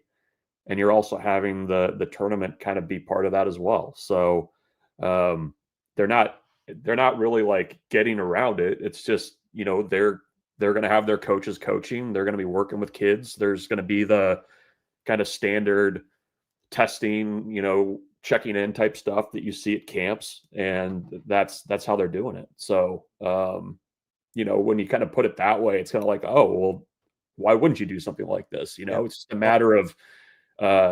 matter of being organized enough to set something up like this in the summer, because it's not kind of national 7-on-7 season right now. So you kind of had to have your ducks in a row to get all that and make that happen. Bruntz, when you're taking a look at kind of how they're, because a lot of times what happens is you'll get some linemen that'll tag along and, or they'll travel with a team out of support, allegedly. That stuff's strategically by design too, for just to get bodies on campus. So when I asked the original question of kind of like, how soon do you think it would pay dividends? Are there guys that you could see, or guys that you see like, hey, I'm going to get up there for this, and then they know, like once they get them up there, like pretty much it's the point of no return, right? I mean, because that's kind of how Nebraska's recruiting philosophy is once you show that you're interested in them. Yeah, I mean, I think that's part of it. Just getting guys there, and it's, to your point, I think there's also some clarity for Nebraska in some ways, where if a kid's going to take the time to come to your school, which is not easy to get to for a lot of kids, that there's some interest there. Yep. I think you're right that, Nebraska can get a kind of a sense of how serious a kid is about, what you're telling him and that kind of thing. So, yeah, I think there's a piece of that as well, for sure. And, it's separate. It's not run by Nebraska, but the huddle thing, I mean, there's repeat visitors, guys that have been to Nebraska before that are coming in for that. We're going to be in town. Sure, they're probably going to find a way to make their way over to campus somehow, during their stay in Lincoln. So, I think there's also kind of the mutual attraction there of like, yeah, I can go to this event, but also, yeah, I've been to Lincoln before, and it's another opportunity to get around the coaches. Bruntz, is there anything that you're looking at in terms of this weekend that you think we can take away, or is it all just kind of like sowing seeds for the future, like kind of just planting, watering? Do you think we're getting anything immediate from this, kind of to the other side of DB's question? The event itself, I don't know. I mean, Nebraska's also getting an opportunity to evaluate a lot of kids on their campus that, 2027, 2028, they got to be way ahead. Yeah. So, right? Well, it's not just, okay, sorry to cut you off, but like there's a lot of guys here that aren't highly touted stars too, right? That they might get eyes on. Yeah. I mean, that's all part of it. I mean, there's going to be a lot of skill talent in Lincoln on Friday. And, this is a staff that very much values their own evaluations. They like to, see how kids move. And this is an opportunity to do that. You also, I think, get a sense of personality in situations like this. How competitive is a kid in this type of a setting? I mean, it's also a camp too, so you can run guys through specific drills that you want to see them do that they, maybe value a little bit more than another program does. Like there's a lot of benefits to this from just an evaluation data gathering standpoint. You get an actual true height and weight on a kid, which sometimes is difficult to get as well. So there's a lot of benefits, I think, to just having those kids around and kind of starting that information gathering process, especially for classes that are a little bit further down the road. Bruntz, when you're taking a look at the baseball transfer portal, how shocked were you to see Brumbaugh? A little surprised. I mean, I think, with the nature of college baseball and things like that, I mean, I think sometimes, and this, I'm not talking about Brumbaugh's situation, but I think a lot of times in the Big Ten, you see guys that have good years that have the potential to move up and, make a little more money and go to a little bit more of a conference that's, a little bit more challenging. I mean, Brumbaugh was in the Big 12 before at Oklahoma State, didn't play a ton there, but I think he's shown over the last couple of years that, he's got a good bat and is, I think he can certainly play in the ACC, SEC if he's given the opportunity. So, I think you're going to see some other names go in there that, are more veteran guys. The fact that you have the Pavia ruling with guys that have been in JUCO that have an extra year, I think you're going to see some of those guys hop in. Cale Frost is in there. I mean, he obviously didn't have the year that he wanted, but he's got another year of eligibility. There's other guys on the roster that are in the same boat. So, Nebraska's bringing in a lot of guys, new guys already. They've got to get active in the portal just based on what they've got coming back and what they know they have coming back. So, I would expect some turnover. I mean, that's just the nature of college baseball. And in some ways, Nebraska has been somewhat fortunate the last couple of years to kind of avoid a lot of that. That's our guy, Michael Bruntz, Husker 24/7. Bruntz, appreciate the time as always. Thank you for letting us just read baseball stats with you. I don't even mean that ironically. I really enjoyed that. Yeah, that's good. It's good. It was fun. Hopefully your biggest takeaway is that Clayton Kershaw belongs in that discussion. Peak Pedro over everybody. Bruntz, appreciate the time. We'll talk to you next week. Yep, see you. Coming up next, we got Joel Lorenzi. We're going to talk a little NBA Finals preview with former Omaha guy, former Creighton beat writer Joel Lorenzi, now at the Oklahoman covering the Thunder. He'll be coming up next year on Hurrdat Sports Live.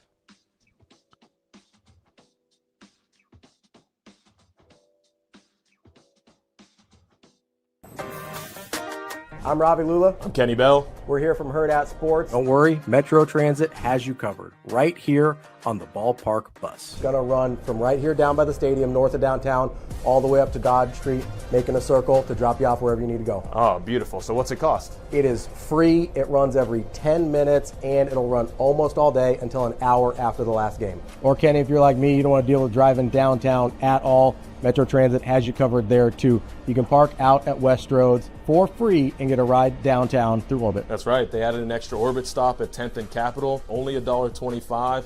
Fills up after the game. Quick, nice service right back out to West Roads. $250 round trip, can't beat it. And free parking? You kidding me? Plan your trip or track your bus at myride.ometro.com. Or download the MyRide OMA app.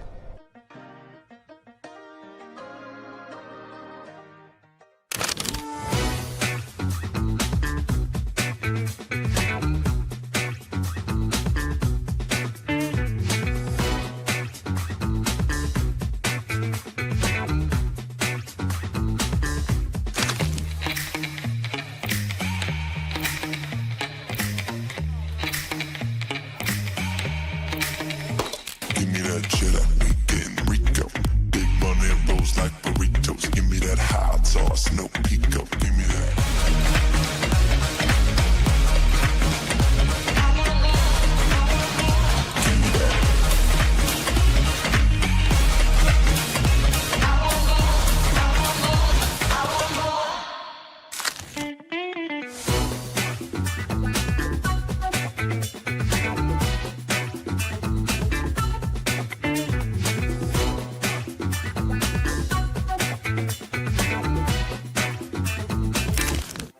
Aspirations can drive us. Sometimes a simple gesture is what fuels the pursuit of a dream.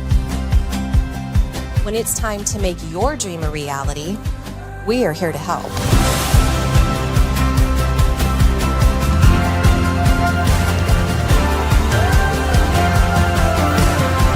Centris Federal Credit Union. We are where you are.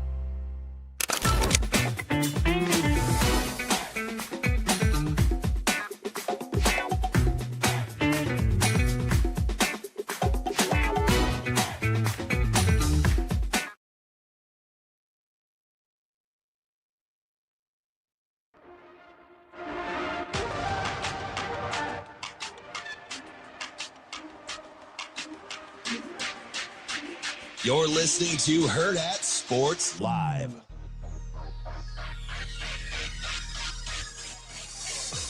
We're back here on Hurrdat Sports Live, presented by Centris Federal Credit Union. That's DB. I'm Ravi Lulla here at Hurrdat Sports Bar and Grill. We're efforting Joel Lorenzi to talk a little NBA Finals. He might be asleep. I'll say we know he's a little bit of a late riser, you know. It's all right. I do understand. A lot of those beat writers stay up late. Oh, I know. You know, the games are late, then they write their gamers after.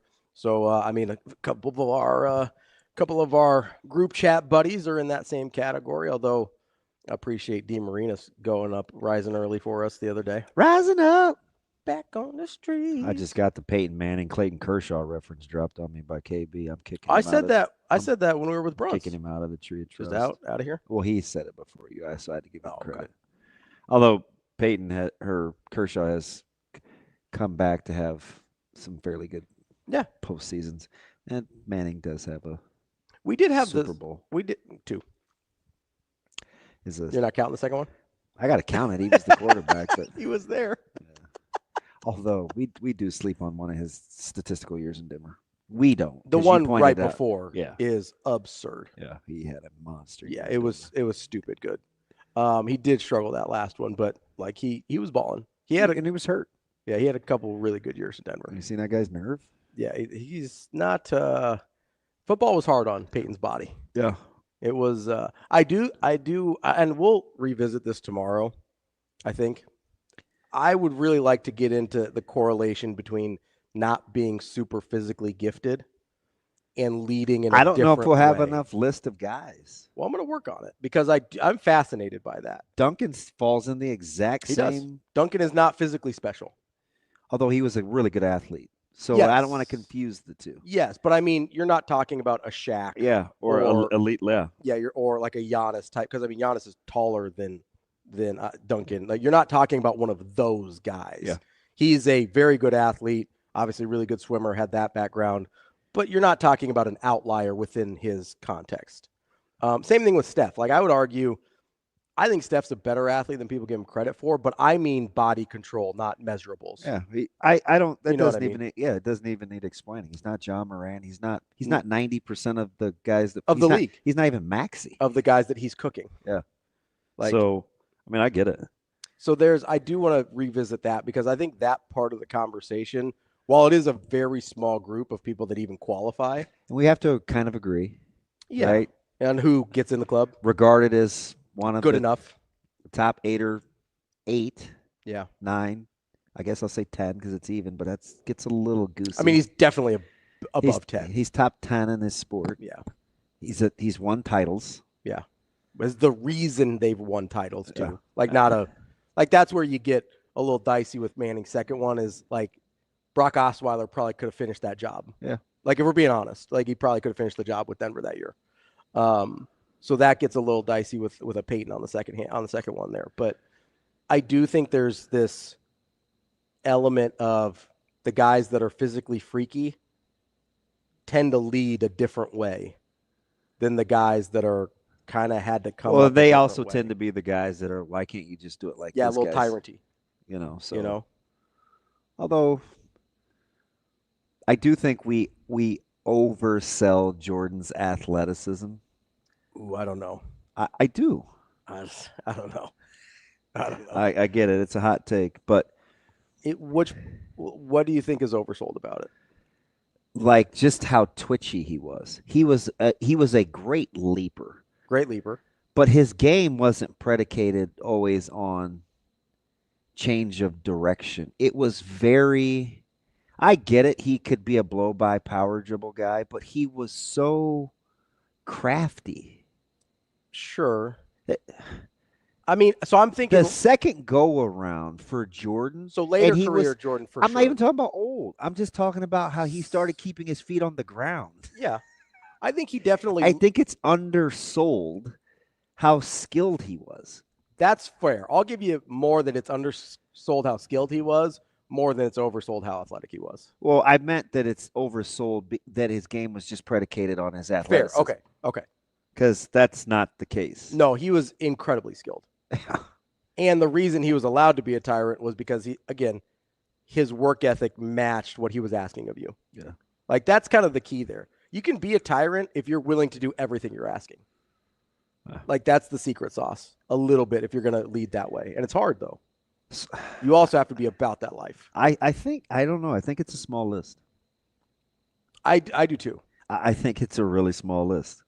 So somebody brought a name up, but I don't know if they're talking about something else, but was there too much drama with Larry Bird within the Celtics? Like, I know he was a trash talker, but within the locker room, I think he was liked. Larry was tough. He was tough on people. He was very tough on people. It was kind of his way or the highway. Even the whole draft thing. A little too mean-spirited? Yeah. Okay. That's fair. And I don't know. Because I'm a big Larry guy. You know that. Me too. And I do think he was the unquestioned leader. Yes, I agree. But he was the temperature of that locker room. I mean, Larry's kind of out there. Yeah. I think he's very blunt. Yeah, Larry's kind of out there. I would probably not put Larry in that category. Okay. If it wasn't Larry, would it have been Kevin? I mean, that's the only other person it could have been. With that team, a leader for that team. With that team, I think the understatesman was Robert Parrish. I just look at the documentaries. Gotcha. Because I watched the Celtics, like just kind of the backbones of those teams. Like Larry was the face. Oh, Larry was, yeah. But the locker room temperament and stuff were set by steady Eddie guys like Parrish. Like they didn't want to get rid of him. Yeah. No, he was a big part of that run. The thing that always bugs me with Jordan is kind of what it does with Kobe is Kobe's skill was better than his athleticism. And he was a tremendous dunker when he wanted to. Yeah, but Kobe was a good athlete. He was a much better player with his feet on the ground. He was. I think Jordan is a much better player with his feet on the ground. Jordan was a better athlete than Kobe, I think. I don't know, You but don't think so? It's tough. I think he was slightly. I think Jordan had slightly more physical skills, but Kobe was good with both hands long before Jordan. Okay. Like ball handling? Yeah. Jordan wasn't really what I would call. No, in that era you didn't have to be either. But So as part he of it. got older, He got better. Jordan could go left. Yeah. Yeah. I mean, he wasn't Drexler, but I don't want to give the hyperbole to the other side, but yeah, I don't know. It's hard to say. Well, we overrate a guy that could play, professional baseball, but he was high. I mean that more, and he's just highly skilled. Oh, I agree. And Kobe was highly skilled. I do think kind of with because we do this sometimes when we look at old tape, and I know that we don't think of Jordan as an older player now, but like he started his career 40 years ago. Like he's starting to fall into some of those categories of like the game looked differently when he played. Yeah. And to a guy in the 90s, like he's as far away now as a guy that started his career in the 50s, right? So like we're talking about like the game having some shifts here. So I do think it matters when you look at guys and you go, okay, what was the rest of the skill level around them at the time? Because a lot of times it rises up together as a sport. And so when I look at Jordan, like, oh, he couldn't go left or he didn't have the handle of some of these other guys now, it's like, yeah, that's really not how the game was played. Like his skill level compared to his contemporaries was really, really high. Yeah. And I think obviously it would translate today still, but I also think it would look differently today because of how he would have come up. You know what I mean? Okay, Jordan was definitely more athletic than Kobe. I could be being a stickler. You're messing with me a little bit with the definitely thing. Yeah.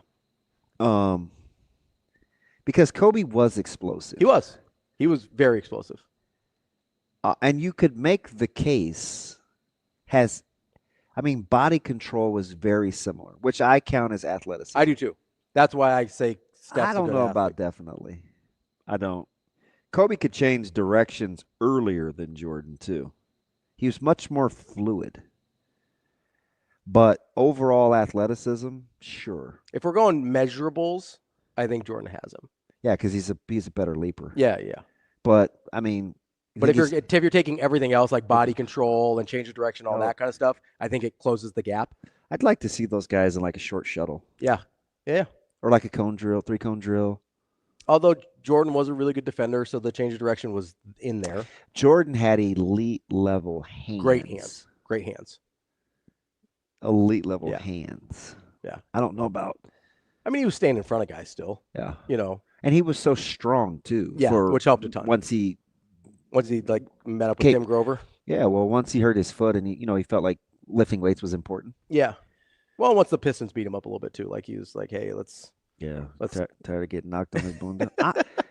I'm guessing. I don't know. It's a small list. Like squeaky clean. Like I used to say. Like Jordan's not on the list. 2017, 2018. I was like, gosh, man, I can't believe how LeBron has stayed squeaky clean. Mm-hmm. Give it time. It's the whole die a hero, live long enough to be a villain. Now, a lot of people don't say a lot of good things about him. So even at that point, I think by that point, the like drama with coaches, some of the drama with teammates, like I never really I think he's pretty clean in terms of not getting in trouble and like publicly. But in terms of the basketball stuff, it's been a little messy within front offices. This might be blasphemy. Do you question his leadership? Oh, yeah. See, me too. I don't know how good of a leader he is. He's one of those guys that's the leader because he's the best player. Yeah, but he put that Cavs team on his back. Yeah. But, I mean, look at what was the other option? Yeah. Kyrie Irving's not leading that team. I think baseball is going to be the hardest to find the comp, even though I do like the Jeter talk. I don't put Jeter in that. To me, Jeter's not in the same category as Steph. I think it's blasphemy to think that Jeter isn't a top 5-6 shortstop of all time. Yeah, I don't think he is time. either. Yeah, he is. But, okay, so are we doing positionally or? Yes, top shortstop. Oh, you're talking about play. Oh, because Curry's Steph's a player. Yeah. So that's where I'll give you that. That's where I was not sure. Fair. I think Jeter's definitely good enough to have the conversation about him. I don't think he's as good as Curry. It's going to be hard to find a comp. It is. It's pretty rough. Duncan might be the closest, and he's clearly a step below Curry. Got to be outside of hoops. I don't know, man. Let's talk to Anthony Stabile, see if we got anything about horses. We'll get to Big A coming up next. All right, here with Isaac Jensen. Isaac, run down on your recruitment here. One, you took an official visit to Iowa State. Let's start there. How'd that go, and what did you like the most about your visit there? It was great. My family loved it. I loved it. And the thing I like the most is just spending time with the tight ends and seeing what it's like a weekend in their shoes and seeing if I'll fit in, and that's the way I felt. A lot of Iowa State, I guess, attention to Nebraska this year. Does that kind of weigh in a little bit on your decision? I mean, teammates going to Iowa State. I mean, obviously it'd be pretty cool to play with Jet and AJ and live with them, but I'm just going to do what's best for me, and if it is, then it is, but if it's not, then I'm not going to put myself in a position to not succeed. Okay, next up for you as far as official visits are concerned, if I'm right, I think Missouri's next, right? Yeah. So what do you like about Missouri? What are you looking forward to there? Just the relationships with the coaches and the way they do stuff with their program, their culture is just, I feel like I fit in, and I got that feeling when I visited multiple times, so that's just, I'm looking to see what I saw at Iowa State.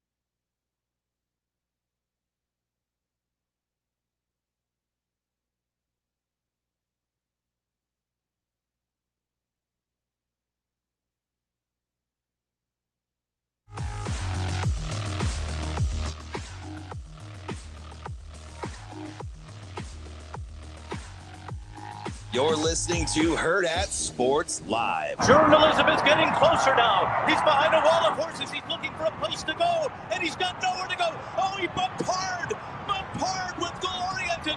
In the meanwhile, Gosker's running the race of his life, and Sandman has entered the scene, and he has moved up on the far outside. Journalism is still running on. He's back into second. He might even win it. Here's the wire. Oh, my goodness. Journalism has won the Preakness Stakes in a performance like you read about. Wrapping up the show here today on Hurrdat Sports Live. That's DB. I'm Ravi, Lulla. We are joined now by the one, the only, Big A, Anthony Stabile. What's going on, buddy? Gentlemen, what's happening? Well, I'm just excited. I mean, this is the race in which you were infamously dubbed the Beast. So I'm expecting nothing but top shelf Big A, man. I mean, it's the Belmont. This is right in your wheelhouse. Yeah, and you would think that I'd be getting a little bit more prepared for this. I don't know, maybe doing some lunges or something.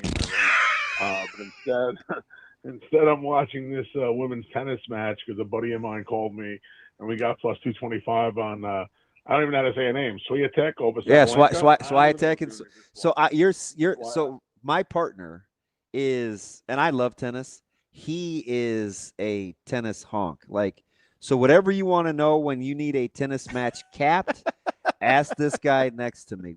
We have it. Big A. There's 10 TVs in here, and 3 of them are on tennis. I'm not kidding you. Yeah, I mean, I just don't need. I rather would have made a bet on the woman that looks a little like Rhea Ripley, but I apparently I got the other one. I don't even know what's going on at this point. It is what it is, though, buddy. So we just that's the most Big A thing that you've said since the last time you were on the show. If you don't love Rhea Ripley, you don't love anyone at this point in life. I can tell you that. So plus 225, that's pretty good, especially for a 2-time defending French Open champ. Come on. I could listen to me. If you put these 2 women in a lineup of 10 others, I couldn't tell you who they were. They could, for all I know, they could be jockeys. I have no clue. Little tall for jockeys, probably. Guy's tells me I'm getting 2 to 1. I'm taking 2 to 1, and I trust him. Somebody Ray. So. Ray. Well, you get more you every time I talk to you. It is fantastic. I'm a beast of the Belmont. My buddy Ray. We've been on a good run, bro. We've been on a good run, picking winners. How about How about that call? Thanks for playing the call, by the way. I needed Gosger with my partner on the YouTube show for 32,000. We were live in the pick because remember when I came on? Yeah. I like that Pig River Thames. I don't even know where he is. He might be finishing now. Might be in the River Thames. I don't know. I bet 6'2", 6'9". God forbid I bet a 2'9". And then Andy and I were going over the ticket. That's my partner's name on Big Time with the Big A. He's my producer, and we were going over the ticket. He was like, because we hit the Pick 6 Derby day, didn't pay a lot of money, but he said, if we just add this horse, it only costs another $60, and he's like you say, a separator. I was like, yeah, he's going to be 30 to 1 for $60. We're already the partnership's been doing really well. So we threw him in for $60, and the Pick 6 was paying $27,000, and the Pick 5 was paying $4,700. So yeah, journalism in one of the more impossible final 16th of a mile of any race, let alone a Triple Crown race, cut me and Andy down for $3,200. It's great because Andy's somewhat new to this. He's only been around for like 5 years. And this just shows you like my mentality versus most people's mentality. We went to the Meadowlands, which is the biggest harness track in the country here, and we won $2,600. And he comes over, and he's got this big doofy smile on his face, and here he comes walking over. And he looks a little like Al Franken from Saturday Night Live. I've watched it. Yeah, that's a good pull. That's a good pull. Andy, right? You see, he's smart enough and doggone it, people like it. No, that was the other guy. That was. I'm good enough. I'm smart enough, and so in the first one that I watched, I'm surprised he gets your humor as quick as he does, because you kind of even dial it down a little. Yeah, so that's gonna. Once we get some sponsorship money, it won't be dialed down anymore. I'm just checking everybody in right now. I believe. I guess I'm not afraid. This is my first rodeo, buddy. I This believe. is not my first rodeo. Yeah. I'll tell you one thing I wouldn't want to do. I would not want to be a tennis umpire because they either stand all game or they got to climb those 6 steps to the umpire chair. That's not happening at all. I just don't want my socks dirty, so I definitely would not be at the French Open. I'd be on some hard court. No, sir. I'd be at the U.S. Open. I just don't know how we have a major without electric line calling, but that's fine. There's the tennis snob right there. I'm just saying we're just looking at dots in the clay and being like, yeah, that's good. Cool. Rob, just leave it alone. I can't. Hey, you got money on this. You should care too. Yeah, I mean, listen, I'm very excited. I read something today that they're going to bring the balls and strikes, the challenge. Yeah, the auto they ump. implemented into get these home plate umpires and the most horrifying individuals in the world. It's gotten worse. I'm a human error guy, and even I'm like, man, let's get rid of it. You can't take the bat out of his hands like that. When you're perfect like me, you don't want any mistakes to be made. So you want to try and get it done as quickly as possible. It's horrifying. If these guys aren't gambling, I'm not eating pizza. It's just it's horrible. It's horrible. Is this just a 4-horse race, or are you less than that? I am in the comfy confines of my home in Howard Beach, Queens, and you guys are somewhere in Omaha. Yeah. And in Nebraska, and it would be a little bit of an outrageous thing to say. I think sovereignty is going to win from me to you, but I think sovereignty is going to win from me. So by more than a couple lengths. So, and it's funny because I was talking to a few buddies about this the last few days, and everybody's like, they made journalism the morning line favorite, and I wasn't surprised by that. He's going to run on all 3. He ran in the Preakness. He had that remarkable performance in the Preakness. Here's the problem. And I don't remember if I said it on here or if I said it on another friend's racing podcast out in the Pacific Northwest. My biggest fear when betting sovereignty in the Derby was journalism turning for home and having an edge on him, and now sovereignty has to go and run him down. I kind of hoped that Junior Alvarado would move sovereignty a little earlier. My biggest nightmare came true, and he beat him a length and a half. He has 5 weeks off, went straight to Saratoga from Derby, arrived Tuesday morning, I believe, in Saratoga, has trained there brilliantly. This horse went from Kentucky to Baltimore, got banged around like a pinball for a 16th of a mile, had to go and put his running shoes on to go and run Gosger down in an electric performance. Now has to shift to Saratoga. Yeah. he couldn't beat Sovereignty when they were on equal rest and equal footing, for the lack of a better term. What makes me think, with everything that's gone on the last 5 weeks, with the different, right, it's a tale of two cities. Why do I think he's going to beat them now? I understand making him the favorite in a convoluted way. So kind of a blessing. People still think he might be the best horse, but I don't. So kind of a blessing in disguise that the Florida Derby was the way that it was, keeping him out of the Preakness for Sovereignty to be a little fresher, or no? You know, I'm not 100% sure. That Florida Derby was a little bit of a coming out party, even though Sovereignty got beat, because he's making up ground at a place like Gulfstream Park that it's just almost impossible to make up ground. And he did it twice this winter, which I think opened some eyes. And, you know, if those races were maybe somewhere else, he might have even been a bigger price. But I think in the Derby, I think people kind of took that into account and said, you know, he's beating him at a historic bias. Let's see how good he is. So, and like I said, he comes in now, and, you know, Saratoga has kind of been his home base for the last 5 weeks. He's training really well. He hasn't missed a beat. He's had 3 workouts. You know, that's a good sign. I just think he's ready. I hope he's 2-1. If he's 2-1, I'm going to make a really, really, really big bet on him.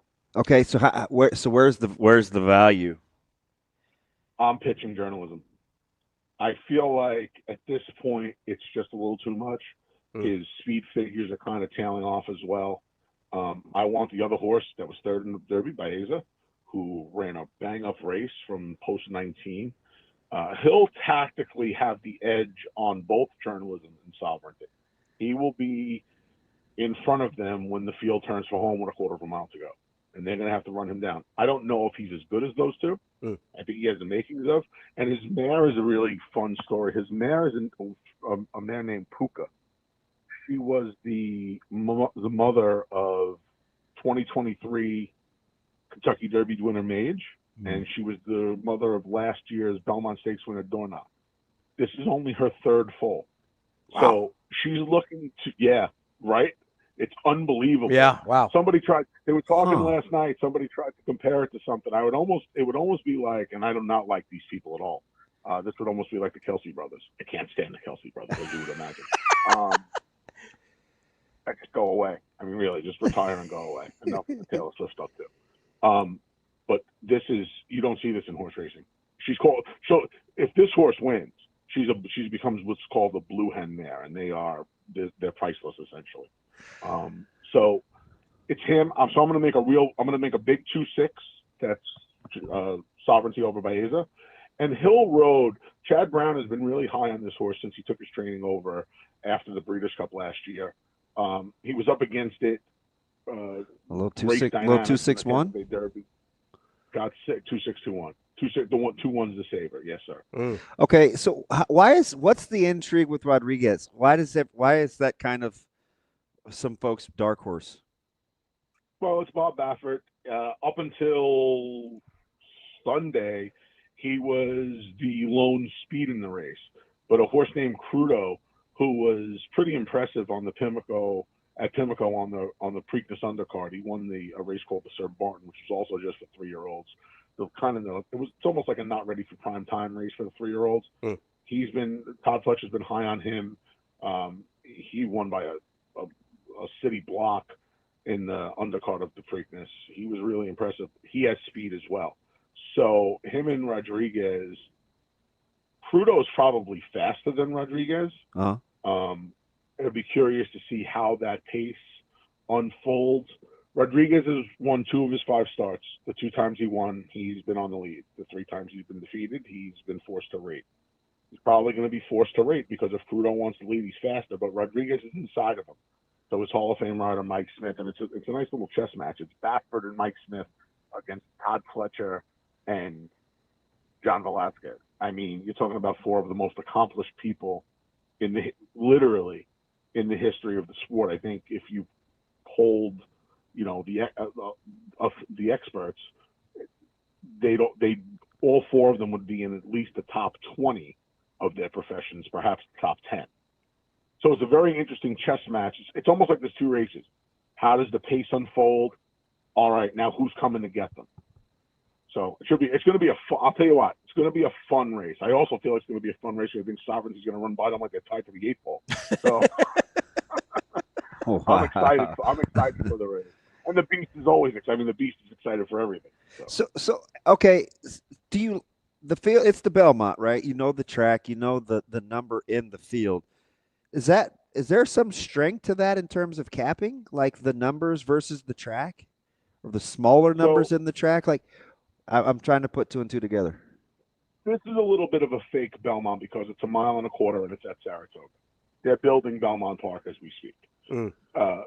All kidding aside, I mean, the Beast stuff is fun and stuff, and you know, you gotta, if you don't hype, the game's about hype and opinion. If you don't hype yourself, nobody else is gonna do it. If I gotta rely on you two, I'm in a lot of trouble. So I'm the Beast of the Belmont. Oh no, that was a low. That was a joke. You guys are great. You guys we've been doing this for a long time, and especially with Damon. I mean, I have a blast. It's my favorite spot of the Triple Crown all the time. I love coming on with you guys. But the 1.5 miles of the Belmont is what makes it the test of the champion. That's what makes it special. So this becomes more of a real race is the wrong way to put it, but it's the first way that comes to mind. You know, a lot of horses that run in the Belmont Stakes, they're never going to run 1.5 miles again on the dirt. They're never going to be asked to do that because there aren't any races. You know, if they move over to the turf, that's a different story. There's a multitude of marathons on the grass. So the handicapping concepts that I use when the race is at Belmont and it's 1.5 miles are far different than this. I'll watch the Derby replay literally 30 times. And the Belmont winner is usually, the Derby usually gives you a key to the Belmont winner. Okay, there's nobody in here I want, or this is who I want. And the 2 horses that come to mind with that were Caprit in 2017 and Creator. I don't know if you and I were doing this in 2017. Yeah, we were. But we were, right? Yeah. I gave out Caprit. Caprit was the only horse,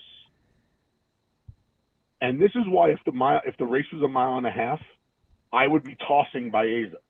But because the race is 1.25 miles, you don't want that big move ordinarily. Yeah, the like last Baeza quarter was running over horses at the end of the Derby. He was flying at those horses. They go another 1/8 of a mile, Baeza wins the Kentucky Derby. That's a fake move. Yeah. I want to see horses that are just like running through the wire, not losing ground, finishing up, not like a freight train, but just kind of like the caboose, just chugging along. Let me see, you're going to get 1.5 miles. So when you handicap this race, like you handicap the Derby, but now you have knowledge of most of these horses having run 1.25 miles or 1 mile and 3/16. So you have a little bit more data to process. In theory, on the whole, it makes it an easier race to handicap. For me, knowing the pedigree, watching the Kentucky Derby 1,000,000 times, and just having my process of handicapping the distance races, it takes my edge away, but it makes it easier for the public. Oh, 2-6-1. That's what we like. Big A, I'll let you out of here. 2-1, yes, sir. I'll let you out of here on this. If for some reason Sovereignty doesn't win, what happened to make that occur?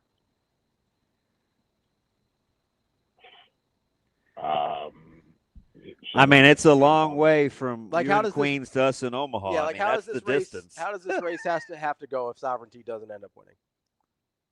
I would imagine Rodriguez or Crudo get loose on the lead. Okay. And it just kind of gets to be, but with each other's presence, I just don't see that happen. If their post positions were flipped, if Crudo was inside of Rodriguez is the 3, Crudo's the 5. If their post positions were flipped, I would say, Crudo could get loose on these horses. Okay. But because Rodriguez is inside of him, I don't know if Mike Smith's going to give up that tactical advantage of being inside and letting Crudo going around. Obviously, John Velasquez would have to use Crudo a little harder to get around Rodriguez. I don't envision either of those guys letting that happen. Just So all even the though way Crudo out might be on bad, journalism. Wow. Even your next best scenario didn't include journalism. Just too tired, huh? I just think it's too much. He had a hard race in the Derby. He had a hard. Super and, tough in the people Preakness. think, like, yeah, people think that these horses, like that these. And I hate using these words, but it's the only word that, he went through a traumatic experience. He almost got dropped in the Preakness. He was in those close quarters. He got bounced around really good. Like, that was a dangerous situation. Like, Flavian Pratt should have gotten a very heavy fine, who was on goal oriented. I don't know if he did or didn't. I don't think Umberto Rispoli, who rides journalism, gave him a particularly good ride. You're on the best horse. Keep him in the clear. Stop trying to get fancy. And I just think that all of that combined, and California to Kentucky, Kentucky to Baltimore, Baltimore to New York, trying to beat a horse that has already defeated him when they were on even rest, everything was the same. How does he beat him now? It's why it scares me, guys? It almost makes too much sense. If I beat you when I didn't have an advantage, why shouldn't I beat you when I have an advantage? Yeah. It would be like if we sat down to eat pizza and I was like, hey, I ate 2 cheesesteaks before I ate this pizza, and I still eat more pizza than you. The next time I don't eat the cheesesteaks. You're bringing a knife to a gunfight. I mean, now that's an analogy I can understand. Thank you. You know what I mean? Like, it doesn't make any sense to me. Yeah. No, that makes sense. Like, I'd let you in anyway, Big A, because I don't really like pizza, so for you. But you'll wipe the sauce off or some nonsense like that. And I promise you, if we sit down to have an eating contest, you ain't letting me win anything. There's only 2 people on this planet I've ever seen that could out-eat me, and they're both with God now. So, buddy, that knife to a gunfight, you're bringing a plastic knife, and I'm bringing Uzi. You are dead. Oh, what a walk-off by our guy, Big I A. appreciate you. I'm going to send you a message here either in the morning or Saturday morning. Yeah, listen, let's not be strangers either. Like, just this Triple Crown stuff. The big time with the Big A's exploding. I put the episode 2 dropped Tuesday. We already got 1,000 views. If you can go watch the big time with the Big A. It's on YouTube. Like and subscribe if you feel so inclined. We're having a lot of fun with it. I have some really good guests lined up. This thing's ready to explode. I got some, there'll be some good news being announced in the next couple of weeks regarding the show, and I got to hold it for now. But yeah, things are going really, really well. So we'll support you however we can, and Swiatek's getting ready to tie this thing up one apiece. Buddy, so I got it on the TV. All right, buddy. I didn't know if you understood tennis. I was just going to tell you how they score. We're tied. Listen, I know how to score. Don't worry about that. I'm bringing my own with me this time. I ain't relying on Unclesville, Pennsylvania. Unclesville, Connecticut. I'll be at Mohegan Sun, by the way. I told you, leave the teacher look alone, buddy. I tried to tell you. I'm bringing Sam to the beach this time. I got to make sure things go the right way. All right, my man. No more leaving it up to Chan. Be well. All right, fellas. Be good. That's the Big A. Make sure you check out the Big Time with Big A on YouTube and support our friends and what they're doing. A little long today. That's all right. We'll be back tomorrow. That's DB. I'm Ravi Lulla. It's Hurrdat Sports Live.